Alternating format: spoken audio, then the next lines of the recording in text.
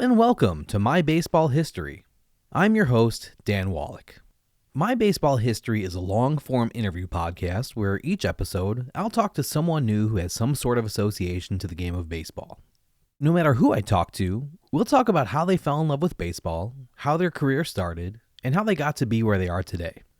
Today's episode is brought to you by Artistic Integrity Records, a Chicago-based record label established in 2011.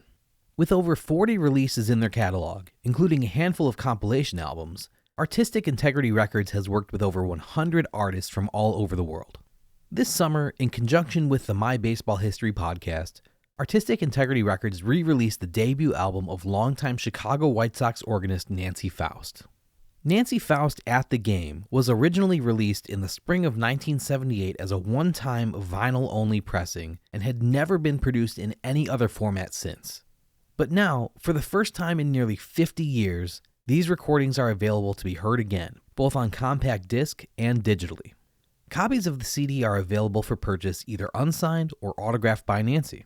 If you're not familiar with Nancy's story, you can go back and listen to the first episode of Season 4 of My Baseball History when I spoke with her at length about her incredible career. Nancy is one of the most influential people of the last half-century when it comes to the in-stadium experience at sporting events. She quite literally invented walk-up music as we know it today when she began playing Jesus Christ Superstar every time Dick Allen walked to the plate at Comiskey Park during his magical MVP season of 1972. It was also thanks to Nancy that the song Na Na Hey Hey Kiss 'Em Goodbye, originally performed by the band Steam in 1968, became a way for fans to playfully taunt their opponents when a pitcher was removed from a game or a player got ejected. And Nancy also repopularized the tradition of singing Take Me Out to the Ballgame during the 7th inning stretch, along with Harry Carey when he was broadcasting for the White Sox. The new CD from Artistic Integrity Records lets you hear Nancy in the prime of her career, with half the songs recorded live at Comiskey Park during a 1977 game between the White Sox and Yankees, and the other half of the songs recorded live at Chicago Stadium during a 1977 game between the Bulls and the Warriors. There are a couple different ways you can get to the right website to buy your copy. You can head to shoelesspodcast.com and click on the link on the homepage next to the cover art for Nancy Faust at the Game, or you can type in the URL where that link would take you and just go straight there yourself. That page is artisticintegrityrecords.bandcamp.com. There, you'll be able to buy either a regular copy of the CD or one that has been signed by Nancy herself. On that Bandcamp page, you'll also be able to see and stream the dozens of other releases Artistic Integrity Records has put out over the past 14 years. So if you're a music fan in addition to loving baseball, find something else you love and support a small label. Again, that website is artisticintegrityrecords.bandcamp.com. Place your order today. Today's episode is the first of Season 5, and it really means a lot that you're back and ready for 9 more episodes with us. Now that our summer break is over, we'll get back to our regular schedule, releasing one new episode on the second Wednesday of every month. If you aren't already subscribed to My Baseball History on your favorite podcast app or platform, make sure to do that now so you don't miss out on what we have in store for you. We've got some really strong interviews this season. On today's episode, I spoke with Larry Lester and Stephanie Liscio, who are 2 of the leading Negro Leagues experts in the world. They were my guests during a special panel discussion which we recorded in front of a live audience at Cleveland's historic League Park. League Park is the former home of the Cleveland Spiders, Blues, Broncos, Naps, and Indians from 1891 through 1946. It was the site of John Clarkson's 300th career win in 1892, and of games 1 through 3 of the 1895 Temple Cup, which ended with Hall of Famers Cy Young, Jesse Burkett, and the Cleveland Spiders as the champions of the National League. Addie Joss threw a perfect game at League Park in 1908. And after he passed away in 1911, League Park was the site of what was essentially the first ever Major League All-Star game when a benefit game was held to raise money for his family. Napoleon Lajoie collected his 3,000th career hit at League Park in 1914, and it was the site of the incredibly significant Game 5 of the 1920 World Series, which saw the first ever home run by a pitcher in a World Series game, the first ever Grand Slam in a World Series game, and the first, and to this day only, unassisted triple play in a World Series game. Walter Johnson got his 3,000th career strikeout at League Park in 1923, and Tris Speaker got his 3,000th hit there in 1925. Babe Ruth hit his 500th career home run over League Park's right field fence in 1929, and Joe DiMaggio got the last hit of his 56-game hitting streak there in 1941. But League Park remains significant today because it is one of only 5 Negro League home ballparks still in existence. League Park hosted games played by black baseball teams as early as 1907, when W.H. Ford's Cleveland Giants called it home. But the most famous black baseball team to play at League Park was the Cleveland Buckeyes, who called it home from 1942 through 1948, and then again for the first 2 months of the 1950 season after the team moved to Louisville for 1949. League Park was the site of Game 2 of the 1945 Negro League World Series between the Cleveland Buckeyes and the Homestead Grays, and the site of the clinching Game 6 of the 1947 Negro League World Series between the Buckeyes and the New York Cubans. In addition to all of these great moments, the list of incredible players who have stepped on that field is incomprehensible. Literally dozens of Hall of Famers, both black and white, have participated in games at League Park over the years. And not just players either, but also Hall of Fame umpires and managers. You can hear more about the history of League Park and the architecture behind it and other ballparks from that era by listening to Episode 5 of Season 4 of My Baseball History with our guest Brian Powers. Today, League Park is owned and maintained by the city of Cleveland, and it was thanks to the city's Division of Recreation that we had access to the Visitor Center to record the panel discussion you're about to hear. So thank you very much to both Mike Serpatowski and Ralph King for helping to make that happen, and especially to Chuck Carter, who's the head groundskeeper at League Park. He makes everything look beautiful there and run smoothly. The discussion you're about to hear is with Larry Lester and Stephanie Liscio, who are each researchers, authors, public speakers, and historians. Between the two of them, they have more than 80 years of experience researching the Negro Leagues. In addition to her baseball-related research, Stephanie Liscio has worked as a researcher for University Hospital's 150th anniversary celebration, for the National Museum of Organized Crime and Law Enforcement in Las Vegas, and she has contributed to several documentary films. As Major League Baseball's official historian John Thorne wrote, Larry Lester was born in 1949 and raised in Kansas City. He lived across the street from Satchel Paige's family, and with Satchel's son, Larry went to a high school without a single white student in the graduating class. Larry was too late to see Satchel Paige or the Kansas City Monarchs in their heyday, but he did see an older Paige pitch 3 innings for the Kansas City Athletics against the Boston Red Sox in 1965. Larry personally scoured black newspapers on microfilm before any were digitized. For decades, he led the Society for American Baseball Research's Negro Leagues Research Committee, encouraging the production of dozens of articles and books from its members. This included the groundbreaking 1994 Negro League book, co-edited by Larry and Dick Clark. With Buck O'Neill, Slick Surratt, and Phil Dixon, who was our guest on Episode 4 of Season 1 of My Baseball History, Larry co-founded the Negro Leagues Baseball Museum in Kansas City. From 2001 through 2004, Larry co-chaired the Hall of Fame's Negro Leagues Researchers and Authors Group, which unearthed huge amounts of new data about Negro Leagues baseball for the Out of the Shadows research project. That pioneering stats project has since been augmented by the efforts of others, notably the Seamheads Group, with which Major League Baseball launched its first iteration of the integrated historical database, including more than 2,300 players from the Negro Leagues. Larry was the recipient of the 2016 Henry Chadwick Award, which honors baseball's great researchers, historians, statisticians, analysts, and archivists for their invaluable contributions to making baseball the game that links America's present with its past. That award is presented annually by the Society for American Baseball Research. The following year, in 2017, SABR gave Larry their highest honor, the Bob Davids Award, which honors contributions to baseball that reflect the ingenuity, integrity, and self-sacrifice of the founder and past president of SABR, L. Robert Bob Davids. While we do touch on black baseball topics dating all the way back to the 19th century in this discussion, Larry, Stephanie, and I primarily focus on the Negro Leagues in the 1940s during this interview, which was the last great decade of the Negro Leagues. In this episode, we cover lots of ground. Larry tells us how the feud between Babe Ruth and Major League Baseball's commissioner Kennesaw Mountain Landis began, which ended with organized baseball having a new rule regarding barnstorming against Negro League teams because Landis was afraid the black teams would make his teams look bad.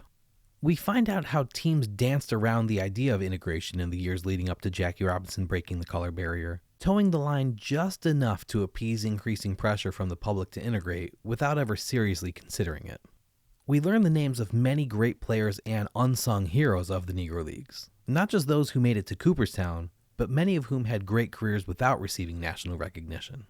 And we hear how statistics often don't tell the whole story, straight from the mouth of the man who single-handedly tracked down many of those statistics in the first place. With all of that information and much, much more coming at you, It may be helpful to follow along with the episode's liner notes on our podcast website. If you're new to the show, don't worry. You'll still be able to enjoy this episode without the extra help from the liner notes. But longtime listeners love the photos and links we put up on the website, which will give you a better understanding of the things Larry, Stephanie, and I are discussing and provide some context when needed. The liner notes can be found on the My Baseball History website, which is online at www.shoelesspodcast.com. If you want to follow along, head to the website where you'll see this episode listed first on the main page under Latest Episodes. Click on that and you'll be ready to follow along. There's an embedded media player right on the page, so you don't need to have multiple windows open while you listen or fumble around with multiple devices. If you want to catch up on any of our earlier interviews, you can click on the tabs at the top of the website to go back through past episodes from any of our 4 previous seasons and see a full list of everything we have to offer so far. Everything in the liner notes goes in chronological order of how we talked about them in the interview, so you should easily be able to keep your place as you listen. At the end of the panel discussion, we did a Q&A session in the room where a handful of audience members asked questions of Larry and Stephanie. Unfortunately, I only have 3 microphones, which means that those questions weren't super audible, so I re-recorded myself asking the questions from the audience verbatim and spliced those recordings in at the appropriate times. After the interview, we'll do a recap of what you just heard, adding some extra insight and hopefully answering any questions that may have come up as you listened. I'll also explain how you'll have a couple chances to answer a trivia question to win a prize, so stick around until the end of the episode for that too. But now, here's my interview with renowned Negro League historians Larry Lester and Stephanie Liscio.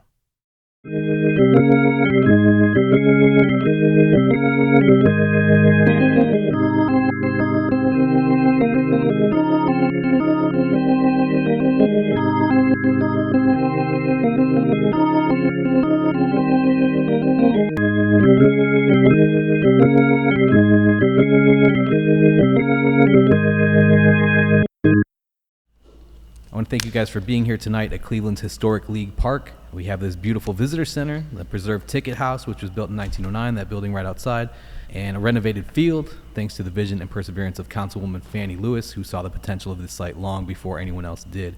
And we're specifically here in this building tonight because of the City of Cleveland's Division of Recreation, so thank you to Mike Serpatowski and Ralph King for letting us use this space. The field and everything else inside the gates here, all these tables and chairs, it all looks so amazing thanks to the work of Chuck Carter, who's sitting right there. He's the head groundskeeper here at League Park, so thank you, Chuck, for making sure we have such a beautiful spot to host this event. But we're all here tonight to hear 2 of the leading historians in the country on the Negro Leagues, so let's introduce them now and get things started. Stephanie Liscio is the author of Integrating Cleveland Baseball, Media Activism, the Integration of the Indians, and the Demise of Negro League Buckeyes. She's a member of the leadership team in Cleveland's Jack Graney chapter of the Society of American Baseball Research. Stephanie has contributed essays to a number of SABR publications and to the Black Ball Journal. She completed her PhD in history at Case Western Reserve University, where she wrote a dissertation on stadiums and community after World War II. In addition, she conducted research and wrote for the Encyclopedia of Cleveland History, and she wrote a book on the integration of the Cleveland Indians in Negro League Baseball in Cleveland. So let's welcome Stephanie Liscio to League Park. And to my left, Larry Lester is an esteemed author, historian, and consultant in film and museum curation. He's renowned for his lifelong dedication to preserving African American history, particularly through the lens of sports and cultural heritage. Larry is the former chairman of the Society for American Baseball Research's Negro League Committee. He co-founded the Negro Leagues Baseball Museum in Kansas City and served as its research director, senior editor, and treasurer from 1991 to 1995. In 2006, Larry chaired the Hall of Fame's Special Negro Leagues Committee, selecting a record 17 new Negro League players, executives, and managers in unprecedented recognition of their contributions. He's listed as a contributing researcher on more than 220 publications on African American history and has authored, co-authored, or edited numerous books about Black baseball history. It is an honor to welcome Larry Lester to League Park. Thank you for having me, Dan. Tonight's discussion is going to largely be about the Negro Leagues in the 1940s, which was the last great decade of Negro League baseball. But before we get there, we kind of have to set the stage and give some context as to why black players weren't allowed to play in the white major leagues in the first place, and where black players played baseball during segregation, and what made the Negro National League and the Negro American League different compared to the other black baseball leagues which came before them. We all know that this man behind me, Jackie Robinson, broke Major League Baseball's color barrier on April 15th, 1947, but he was not the first black player to play baseball in a major league. Stephanie, can you tell us about Moses Fleetwood Walker and the 1884 Toledo Blue Stockings for the American Association? Yes, he played for Toledo, and at that time, different people are attributed, obviously, to hostility towards him because he was African American. One that's mentioned most frequently is Cap Anson, and it got to the point where the owners had what they referred to as a gentleman's agreement, which is a very polite term for something so horrible, but it was that we're just not going to sign any more black players. When he's done with his current contract, we're not going to offer him a new contract because this is the days of the reserve clause before players were free agents, so we're just not going to offer him a contract. And then at that point, baseball would segregate, and all the owners jointly, quietly would agree to not sign any new players.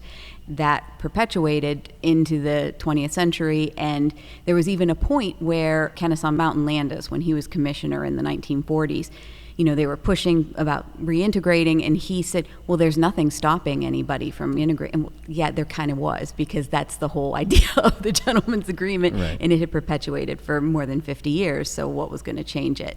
Oh, we're going to hope it's going to change, but he left it on the owner's side of the court again, so unfortunately, not quick for change.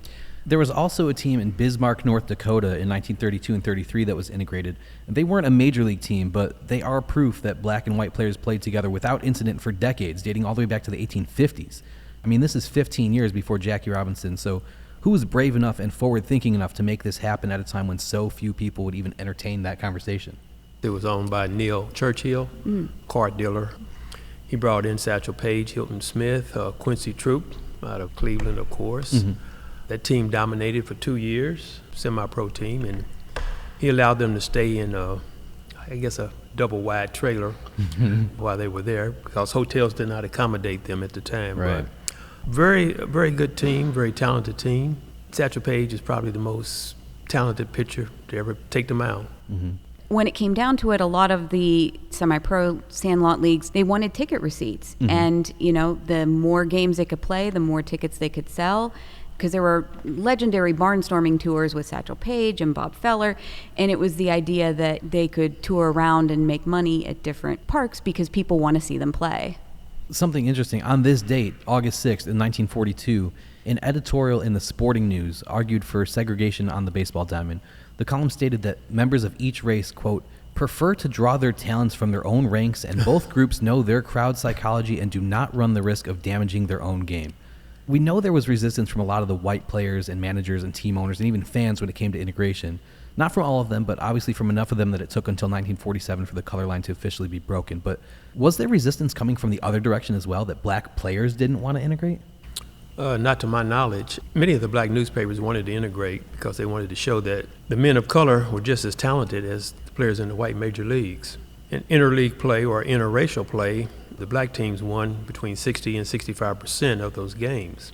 But it's kind of like the Olympics. You want bragging rights as an athlete, and the black players wanted to prove that they were the equal or better than their white counterparts. So they were always rooting for integration. Unfortunately, when that did happen, that was the demise of the Negro Leagues. Mm-hmm.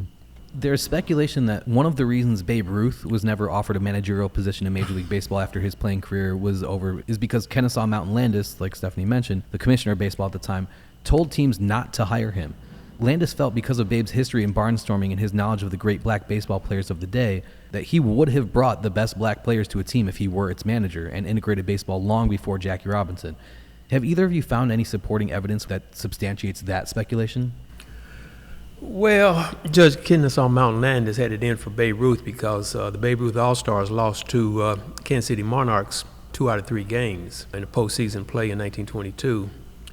And so he fined Babe Ruth, Bob Musial, and other All-Stars their World Series salary because the Yankees had just won the World Series the previous year. And so Babe did not like the judge, and the judge did not like Babe Ruth. Mm-hmm. So that was the foundation of their hatred going forward, while Babe Ruth continued to play against other black teams and continued to be fined by Judge Landis. Yeah, Landis presided over Major League Baseball as its commissioner from 1920 through 1945. He issued a ruling that said full Negro League teams could not play games against full white Major League teams because of that series. Mm-hmm. What can you tell us about barnstorming in general, and what were some of the bigger barnstorming tours involving black players? Well, barnstorming was simply a way for players to make more money playing non-league games. For example, if you're traveling from Cleveland to Chicago, that might take X number of hours, so why not stop along the way and play a local team or a town team and pick up some money? So some of the town teams were very good for obvious reasons, but barnstorming was non-league games that kind of interspersed the schedule along the way. We found a lot of interesting games like those. There's also a story out there that before Bill Veeck bought the Cleveland Indians in 1946, that he tried to buy the bankrupt Philadelphia Phillies after the 1942 season and claims that he intended to stock the team with black players. In his 1962 autobiography, he asserted that he had lined up financing and enlisted the promoter Abe Saperstein, who was the owner of the Harlem Globetrotters, to help sign Negro League stars. Veeck said he informed Commissioner Kennesaw Mountain Landis of his plan as a courtesy, but that Landis and National League President Ford Frick thwarted him by arranging a quick sale of the Phillies to another buyer. The controversial story has been debated for years as to whether it was true, but Veeck did end up breaking the color barrier in the American League in 1947 when he signed Larry Doby here in Cleveland. And we talked earlier about Cap Anson, how he was originally kind of leading the charge to segregate baseball and keep black players out of the major leagues. But now this is 6 decades later. So who was continuing to make sure that major leagues stayed segregated, and why wasn't anyone willing to challenge that before 1947? That's a great question. I think that honestly, the owners just weren't bold enough or brave enough to do it in many senses. I mean, racism too, but even the ones that were not racist or were open to the idea, it was a little bit too far. You worried about angering your other owners and the commissioner's office. And Bill Veeck liked to anger people. Right. Like, he saw that as a positive. So to him, that was like kind of a bonus of it. But I think some of the other owners, the peer pressure of it might have played a factor as well. Mm-hmm. Yes, Bill Veeck was known as the Maverick because he always liked to go against the flow.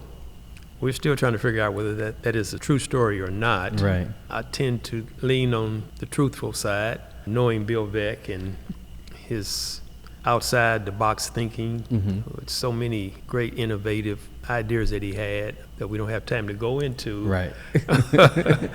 But he was a very progressive guy, and of course he signed Larry Doby and Satchel Paige in 48, and wherever he went, to the Miami Marlins or to the St. Louis Browns, Satchel was on that team. Mm-hmm. He was always open to having black players on his teams. In the greater context of black and white sports relationships, just more generally, pre-1946, the NFL, the NHL, and Major League Baseball were all segregated. The National Basketball League wasn't, but the soon-to-launch Basketball Association of America would be. The Harlem Globetrotters had a Champions of Basketball claim in 1940, and the New York Wrens were a dominant basketball team too. Semi-pro football in California had integrated teams who were successful. At a certain point, weren't owners or even fans looking around at the athletic landscape across the country and seeing black players succeeding on such high levels and just thinking to themselves, we might be better if we had the best athletes on our team? I mean, you think of the Pittsburgh Pirates. You've got the Pittsburgh Crawfords and the Homestead Grays in your backyard with the best players who have ever played the game. Why are these guys not being considered on a serious level? Well, some people don't want to go against the norm, which may be systemic racism. I mean, when you talk about the NFL, let's look at 1939 with the UCLA team with Jackie Robinson on it. He averages something like 21 yards per punt return. Kenny Washington, he leads the nation in rushing yardage. And you got to remember, Kenny Washington did not play for an HBCU or a Division II, played in the Division I Pacific Coast League, one of the toughest football conferences in the country. And Kenny Washington was not drafted because blacks were not allowed in the NFL. And so as we move forward from 1939 to the end of the war in 1945, suddenly the LA Rams want Kenny Washington because he's a household name. When I'm researching the newspapers, when I get to October, the World Series is on page 2, college football is on page 1. Right. College football is the most popular sport in the country. And so America knew about Jackie Robinson, Kenny Washington, Woody Strode, who was an actor in the movie Spartacus. America knew about the great Jackie Robinson long before Branch Rickey discovered him. because he's on the front page of every sports newspaper. Mm-hmm. So college football, boxing, and baseball were the top three sports during the 40s. For whatever reason, in California, they were more progressive, had integrated football teams, integrated baseball teams, but in the South and in the East, not so much so. In the early to mid 1940s, a couple different major league teams either talked about holding and sometimes even actually held supposed tryouts for Negro League players. Stephanie, what do we know about one such tryout involving some Cleveland Buckeyes? So that's actually an interesting story. There was an East-West All-Star game held in Cleveland in August of 1942. They held the one in Comiskey like they usually did, and then they had the second one in Cleveland. And basically the three players that the black press in Cleveland were putting forth was Parnell Woods, Eugene Bremer, and Sam Jethro. And they were all going to be playing in that All-Star game. And they had all three one of the worst games they've ever had. I mean, Jethro made a costly error. Bremer got knocked around. Jethro and Woods didn't get any hits. So then afterwards, the owner of the Indians, Alva Bradley, he said, you know, boy, I came to watch these guys and none of them are of a major league caliber. So no, we won't be signing anybody. And, you know, you want to give the benefit of the doubt and say, well, maybe he really did come there with an open mind. Or he came there and was like, oh, thank goodness, here's a ready-made excuse. They had one bad night, and I can use that one bad night to get these people off my back so they're stopped asking me or stop calling and stop pushing for this. And it's disappointing because Sam Jethro especially, I shudder to think of the career he would have had if he didn't have to wait to enter baseball till he was 32 years old. Mm-hmm. And then when he finally does get into the major leagues, he wins Rookie of the Year and has a pretty decent career for somebody who starts at 32. Yep. The Cleveland Buckeyes also had a bus accident in 1942. What can you tell us about that? That ties into what Larry mentioned about the barnstorming and how you'd try and fill in spots in your calendar to make sure you're making as much money as possible. And they were on a particularly grueling schedule. I know they were in western New York and they were trying to get down to northwestern Pennsylvania. Then they had a day, I think, in Akron over in Ohio. And so they were all over the place. And they ended up late at night on Route 20. And they were traveling in two cars because it was the war and there were shortages on things like fuel and rubber, so you didn't necessarily have a bus that you could use. And the one car of the two crashed. I mean, just a terrible accident, nothing, you know, no negligence or anything. And several of the players were killed. Wilbur Hayes, who was the general manager, I think he fractured his pelvis. It was very serious. And the idea that they need to eat, they need their paychecks. So they had to try and find some folks to fill in the roster to make up for the folks who were sadly deceased or too badly injured to play at the moment, just so they could finish out their schedule so they still wouldn't lose any more money than what they would have lost. Most people think of the Negro Leagues as 12 to 16 teams with 14 to 17 players each. Maybe they even consider the fact that there was also a manager and an owner of the team. But the Negro Leagues were the third largest black business in America at its peak and impacted the black community and economy in so many ways, from employing umpires and front office people to stadium workers like concessionaires and ticket takers and ushers and grounds crews. But teams also traveled. So oftentimes they employed drivers, not always. Sometimes the players would be the drivers, but sometimes they would employ drivers as well. And when they were in a city away from home, they patronized black-owned hotels and they ate at black-owned restaurants. What impact did the Negro Leagues have on the black community in cities that had teams? Well, they had a tremendous impact in black communities. Growing up in Kansas City along 18th and Vine, where the Streets Hotel was, that's where many of the visiting teams stayed, and it was a very robust neighborhood, maybe 4 or 5 blocks, and all the insurance companies, doctors, lawyers had offices along that 18th and Vine Jazz District, as it is called today. Very impactful.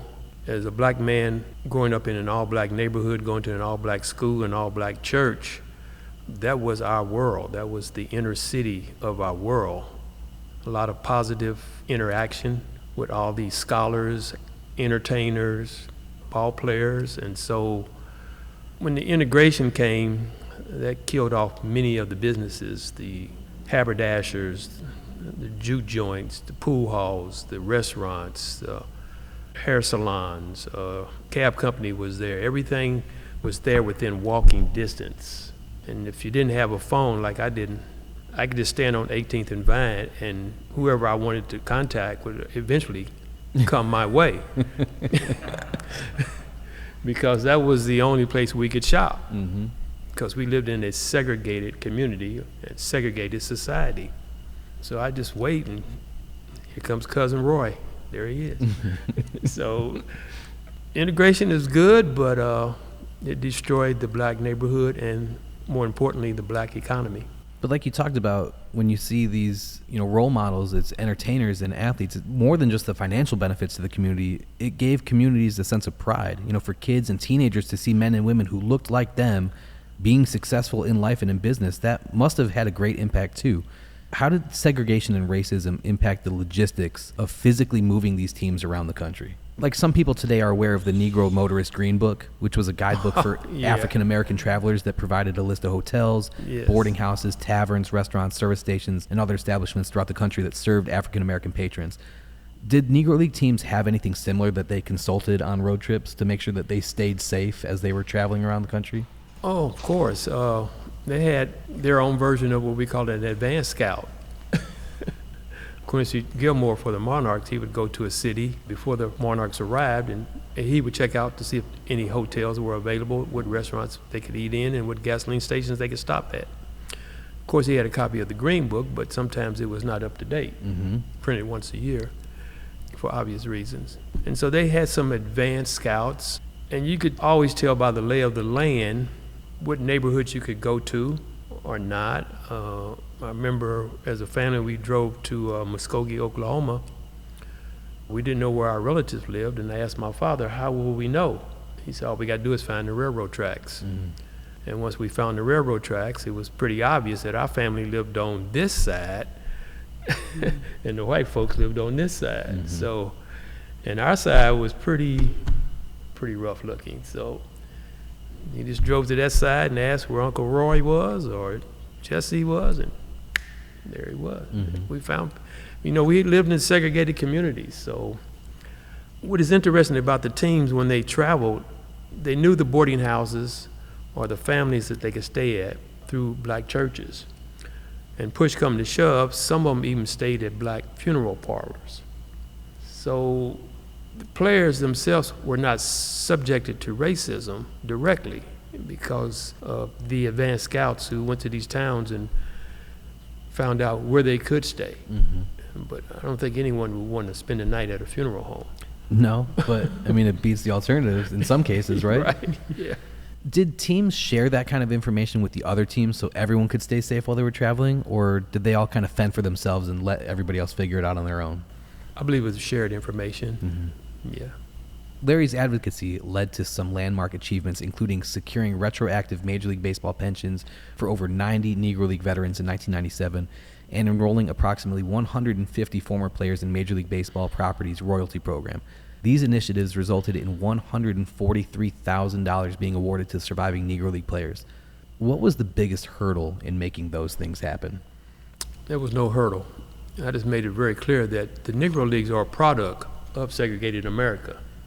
Major League Baseball created the Negro Leagues because of racism. Yes. So you owe them retributions. You owe them reparations. Many of these ball players retired, say at the age of 40, with no skills to go into the workforce.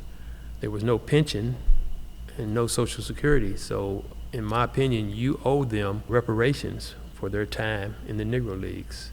And they agreed. What defense did they have? Negro Leagues are a product of segregated America. Right. We know the names of white baseball writers like Ring Lardner, Grantland Rice, Hugh Fullerton, Damon Runyon, and Fred Lieb. We know the names of white baseball photographers like Charles Conlon, Louis Van Oyen, Carl J. Horner, Francis Burke, George Brace. But the names of the journalists and photographers who covered black baseball in America aren't as well known, if they're known at all.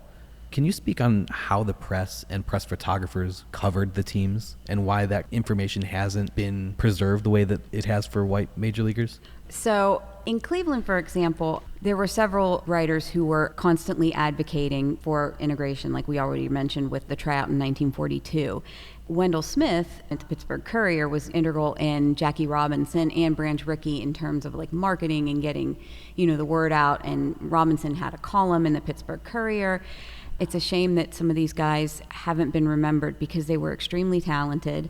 They had a lot more to deal with than a white writer. For example, the one scene in the movie about Jackie Robinson, 42, Wendell Smith is sitting down the third baseline and he has his typewriter and he says, "Do you know why I sit down there? It's because I'm not allowed in the press box."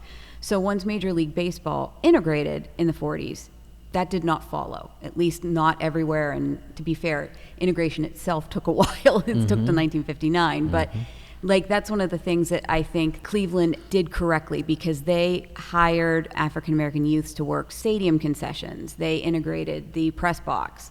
They hired Harrison Dillard, track star, to do public relations in the front office. Those types of folks, it's unfortunate that they're not remembered as some of the white writers are, because the talent was in many ways far superior. You know, I'd much rather read the sports writers at the Column Post than the Plain Dealer. And some of those Plain Dealer guys are, you know, in the Hall of Fame and everything. So it's a shame.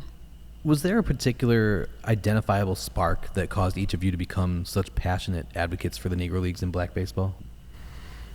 For me, I grew up near the Municipal Stadium in Kansas City.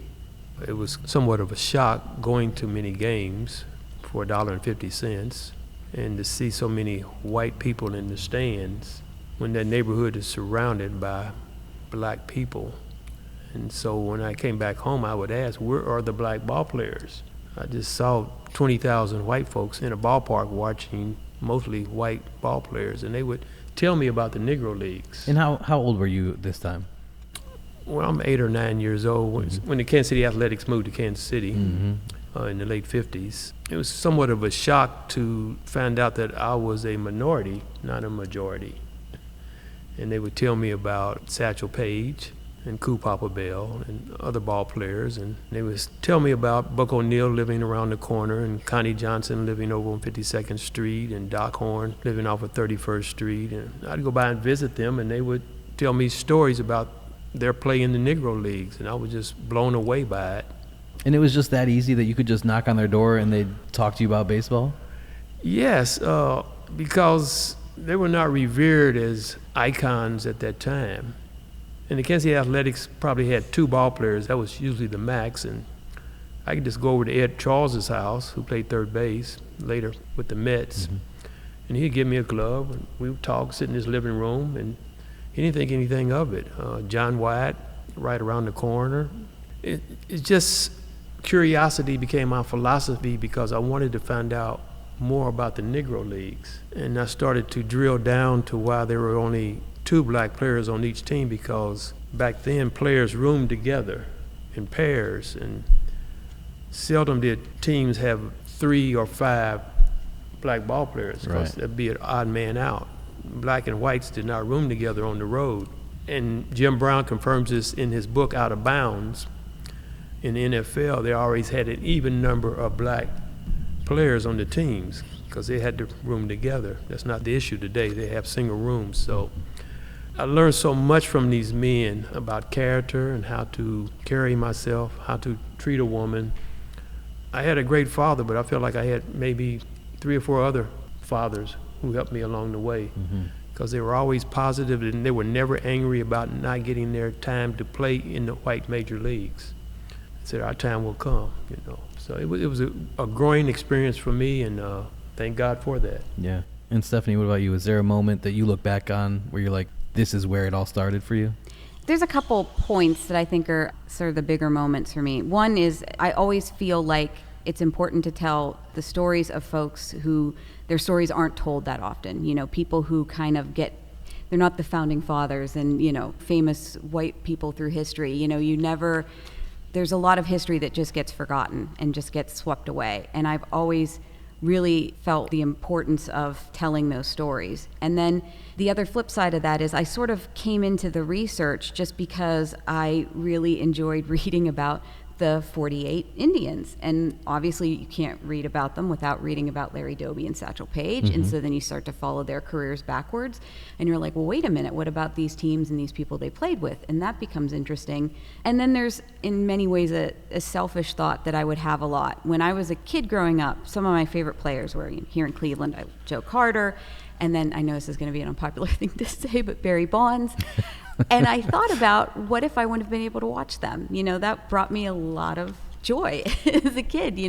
What if these players, I'd never gotten to see them? And it made me think about all the players that did miss that opportunity and did miss a wider fan base or a wider group of people knowing about them and their talents. And I think that that's always important to tell those stories now. And it's obviously, belated. You wish it would have had to have happened, but at the same time, I think it's important for folks to hear this history and learn it. Yeah, I'd like to add something to what Stephanie has said about Larry Doby. When he joined the Indians in '47, he was the only black man on the team. So Bill Veeck went out and hired an assistant public relations director by the name of Lewis Jones, a black man, to be his roommate on the road until Satchel Paige joined Doby in 1948. Yeah. A lot of people talk about how rough Jackie had it, but he had a year to kind of acclimate to what it was going to be like. They sent him to Montreal to play the 1946 season in the minor league system. Right. Larry Doby was playing in the Negro Leagues 3 days before he played in the major leagues, in the white major leagues. He had no acclimation period. And like you said, he's the only black player on the team. I mean, his path must have been so difficult. Yeah, I know the first time he came up to bat, he struck out. I'm sure he's pretty nervous. Yeah. And he was 5 years younger, too, than Robinson. Right. So there's an age difference there. Larry, you acquired rare artifacts from the families of Satchel Paige, Oscar Charleston, Josh Gibson, Archie Ware, Chet Brewer, and others for the Negro League Baseball Museum static exhibit and archives. As a collector of things and a former museum curator myself, I've always kind of been curious why so few objects and artifacts remain from the Negro Leagues. Why do you think it's so hard to come across this stuff? I don't know the answer to that, other than that families move around and basements get flooded, artifacts get lost in the storm, and sometimes when I'm talking to ball players, their children don't understand their place in history. Many of the children, when I tell them your father played in the Negro Leagues, they played Major League Baseball, he said, well, he never mentioned it. Wow. And so they don't have that connection. The Negro League players that I interview all seem to be humbled, modest, and they know what they did. They know they played against the best, and they were the best. So I don't think there was a need to hold on to artifacts as it is today. That's my guess. Why do you think that white players' artifacts have been kept? Because you could theoretically say the same thing about them, that they knew that they were playing against the best in their eyes, but clearly white players and families have kept those things.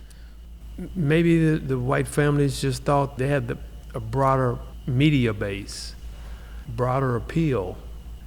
For years I was told that the Negro Leagues statistics did not exist and there's no record of them playing, which is not true. All that information is in the black newspapers. I mean, the white newspapers did promote their athletes far more than the black papers promoted their athletes. And so the challenge comes when I'm trying to read the white newspapers. They don't show any black weddings, no black funerals, no black birth announcements. And so you got to go to the black newspapers to find out who passed away. And these black newspapers tend to be weekly. Right. So that's less exposure versus the white daily newspapers, which had a broader base. So I think that leads into more recognition by the white families as to why they need to preserve their history, their legacy. That's fair, yeah. In December of 2020, Larry's comprehensive compilation of Negro Leagues records from 1920 through 1948 was officially recognized by Major League Baseball, rewriting the historical record books to include black players, black teams, and their statistics. But only for certain years, and sometimes only certain games from those accepted years, and only if those leagues met certain criteria.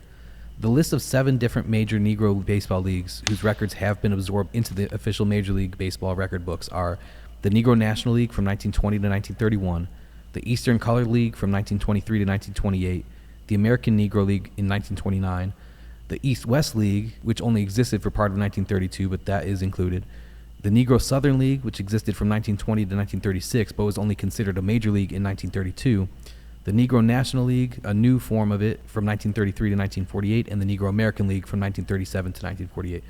Larry, what were the criteria that needed to be met for a black baseball league to have been considered a major league? You have to ask Commissioner Robert Manfred. He won't return my calls. I've been trying to ask him. I got him on speed dial. Those leagues that qualified, those 7 leagues, had a pretty strict standard. They were pretty consistent with their scheduling and had robust news coverage. I think that's why the 7 leagues were covered. Demarcation year of 1948 was the last year of the Negro World Series. And I think that's why Major League Baseball cut it off right there. I didn't debate any of the leagues because I'm going to try to take it one step at a time. And after we get these 7 leagues solidified and qualified and complete their research, then I'll push for 1949 and 1950. Yes, because the Negro American League was formed in 1937, but it continued operating until 1962. Yeah. But it's only considered a major league through the 1948 season. But it was Major League Baseball's fault that black players had to play there in the first place. Then after Jackie Robinson breaks the color barrier in 1947, the argument is that all of the best black players were going to the now integrated major leagues, so the level of play in the Negro Leagues wasn't high enough to be considered a major league. But I find that kind of ridiculous because in 1947, 0.9% of major leaguers were African American. The following year, 1948, that percentage dropped to just 0.7%. 1953 was the first year that African Americans made up more than 3% of major leaguers. So it's not like the level of play in the Negro Leagues just automatically fell off a cliff once the color line was officially broken. Does it concern you that the record books being integrated now will mean that in 50 years, the average fan isn't going to know or understand that the Negro Leagues existed or why they existed? I mean, it's great right now because we're all learning these guys' names who've been added to the all-time lists, guys like Turkey Stearns, Pete Hill. But in 50 years, they're just going to be another name in a list of books, like Tris Speaker or Napoleon Lajoie today. Now that the record books are integrated, the reason why those records needed to be separate in the first place is eventually going to be forgotten. Maybe Satchel Paige and Josh Gibson's names will be remembered because they made the record books the top of these lists. But everyone who didn't has almost no chance to be remembered, even less of a chance than they had before. Am I onto something there? Am I overthinking it? Well, one thing I want to point out, too, that doesn't get discussed as much is during the 1950s, so you have the first decade of, obviously not all the teams integrated, but, of integration, and you have teams start to backslide. And I don't mean not finding enough black players. I mean, teams started to institute quota systems because they felt like it would make white fans uncomfortable to have too many black faces on the field. And here in Cleveland, that's part of why Minnie Minoso got traded to the White Sox, because it felt like one player is going to have to go, and it was down to him and Harry Simpson which player would stay and which player would go to Chicago. And they went with Simpson. They felt he was a power hitter and he would have a lengthier career. So I think it's tough when I don't know, I'm not sure what I think about that, but I just feel like in terms of the 50s, we were kind of going in reverse, I think. So I'm not sure. People were forgotten, I think, in some ways years later, because you're forcing folks back into, and then that's showing that there still was a place for people to play in the Negro Leagues because, obviously folks are going to have to go to a minor league system or something if there's still prejudice and they're still not being able to integrate teams at a greater level. I think it's up to historians to make sure those names aren't forgotten. It's tough to predict the future, but I think that if you say the names loud enough and you say them often enough, they will always be remembered. Only 60 to 80 games a year were actually Negro League games, so the statistics don't always seem impressive. But teams would play upwards of 100 barnstorming games in addition to actual regular season Negro League games. For example, Josh Gibson's Hall of Fame plaque states that he hit almost 800 home runs, but he's now officially credited with 166 home runs. Is that a positive thing, or does that kind of detract from the storytelling surrounding the Negro Leagues and the greatness of its players? Well, first of all, they shouldn't have put 800 home runs on his Hall of Fame plaque. What should they have put? Well, they should never embellish a great ball player like Josh Gibson. He's great in his own right. There's enough oral history to support how great he is. I think we now have officially more than 190 home runs for Josh Gibson in Major League play. as we find more and more games. But what I do with my stats, when you talk about 60 to 80 games, I use measured stats such as home run frequency. And so I know Barry Bonds, Hank Aaron, and Babe Ruth, for argument's sake, hit a home run every 10 at-bats. Mm-hmm. When I look at Josh Gibson's record, he hit a home run every 10 at-bats. Mm-hmm. So I know the stats are solid. When I combine all these stats together, and it's amazing, when I look at the league average for, say, 1925 in the Negro National League, it might be 233 across the board. I go to the American and National League and look at the league average over there, and that average is 233. Mm-hmm. So you see, the color of somebody's skin does not determine the level of greatness. The numbers speak for themselves. I can put black stats and white stats into a hat, shake them up, and you won't be able to tell what stat came from what player. The same number of 300 hitters in the Negro Leagues, you find them in the white leagues, and you find the same number, percentage-wise, of players below the Mendoza line in both leagues. So the stats are so equal that it's so ridiculous that people think that someone's complexion will determine how fast they run or how far they can hit a ball, when it all boils down to talent. That's the beauty of stats, and that's why I love crunching numbers. When you talk about greatness, one of the great events every year from 1933 to 1953 was the East-West All-Star Game, which, Larry, you wrote this book titled Black Baseball's National Showcase. Tell us about the East-West All-Star Game and why it was such an important thing for 20 years. It was an outstanding game. You got to remember, we're coming off the Depression from 1929 to 1932. So 1933 rolls around. Arch Ward from Chicago Tribune says, hey, let's jumpstart the economy with an all-star game. So John Clark from the Pittsburgh Carrier says the same thing. If you can do it in the white league, we can do it in the black league. So there was no World Series played in the Negro Leagues from 1928 to 1941 for a variety of reasons, some economic, some political. And so the East-West All-Star Game was the mega event for black baseball. Anybody who was anybody was at that game. Duke Ellington, Lena Horne, well, Lena Horne's daddy was always there, Teddy Horne, great trumpet player, Lionel Hampton, Count Basie, Louis Armstrong. Joe Louis was a regular. And so you got the best players, you got the most popular entertainers coming to Chicago at the Grand Hotel for this gala event.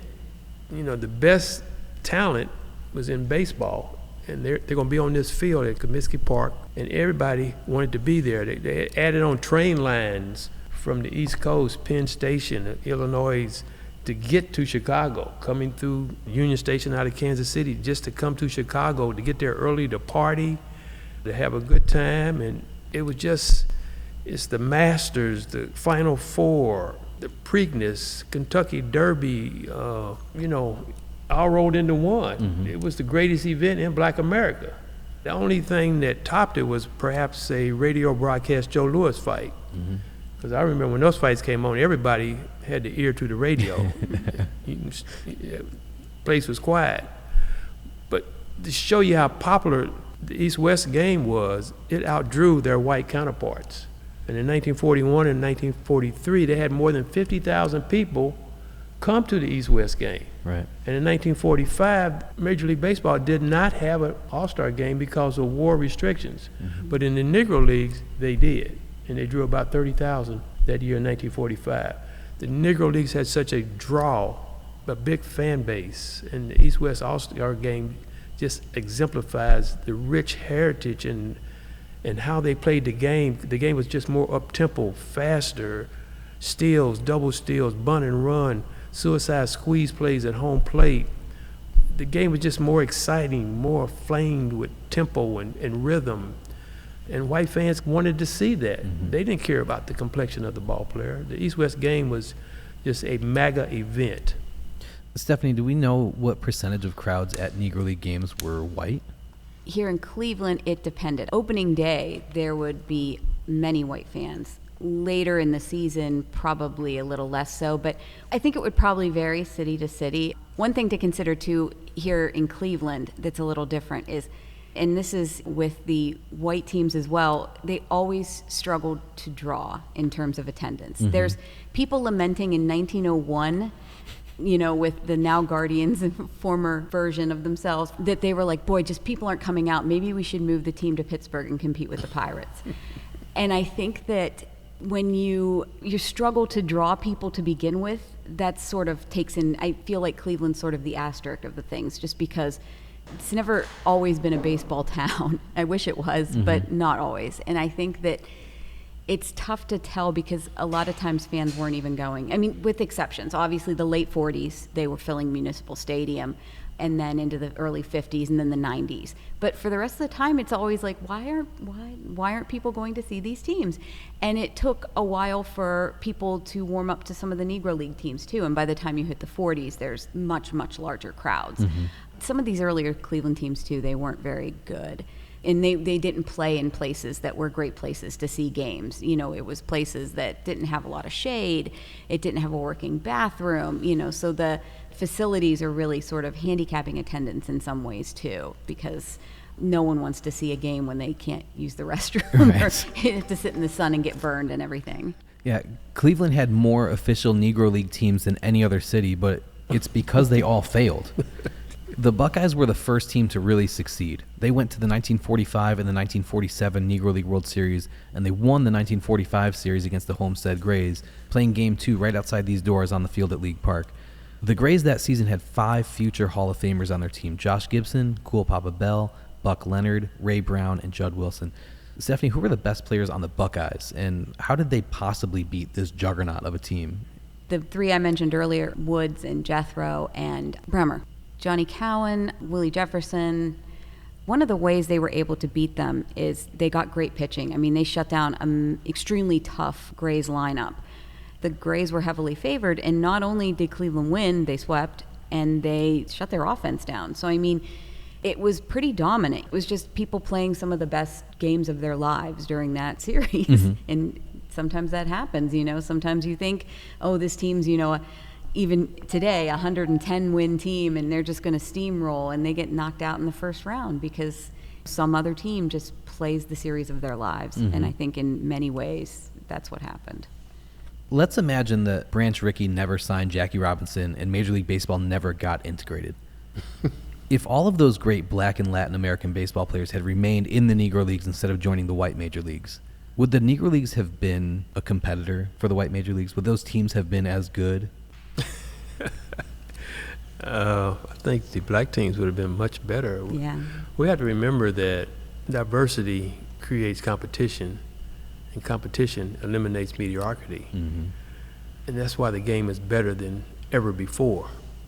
Right now, Major League Baseball is represented about roughly 28 different countries. And roughly 18% of players today are born outside of the United States. That's why the game is so much better. So you look at the Negro Leagues, you look at their roster of 14 to 16 players.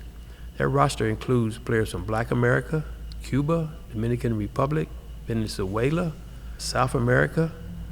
That makes for a very strong team with the absence of white ball players. And this is why the black teams were so good and so dominant when they played the all-white teams.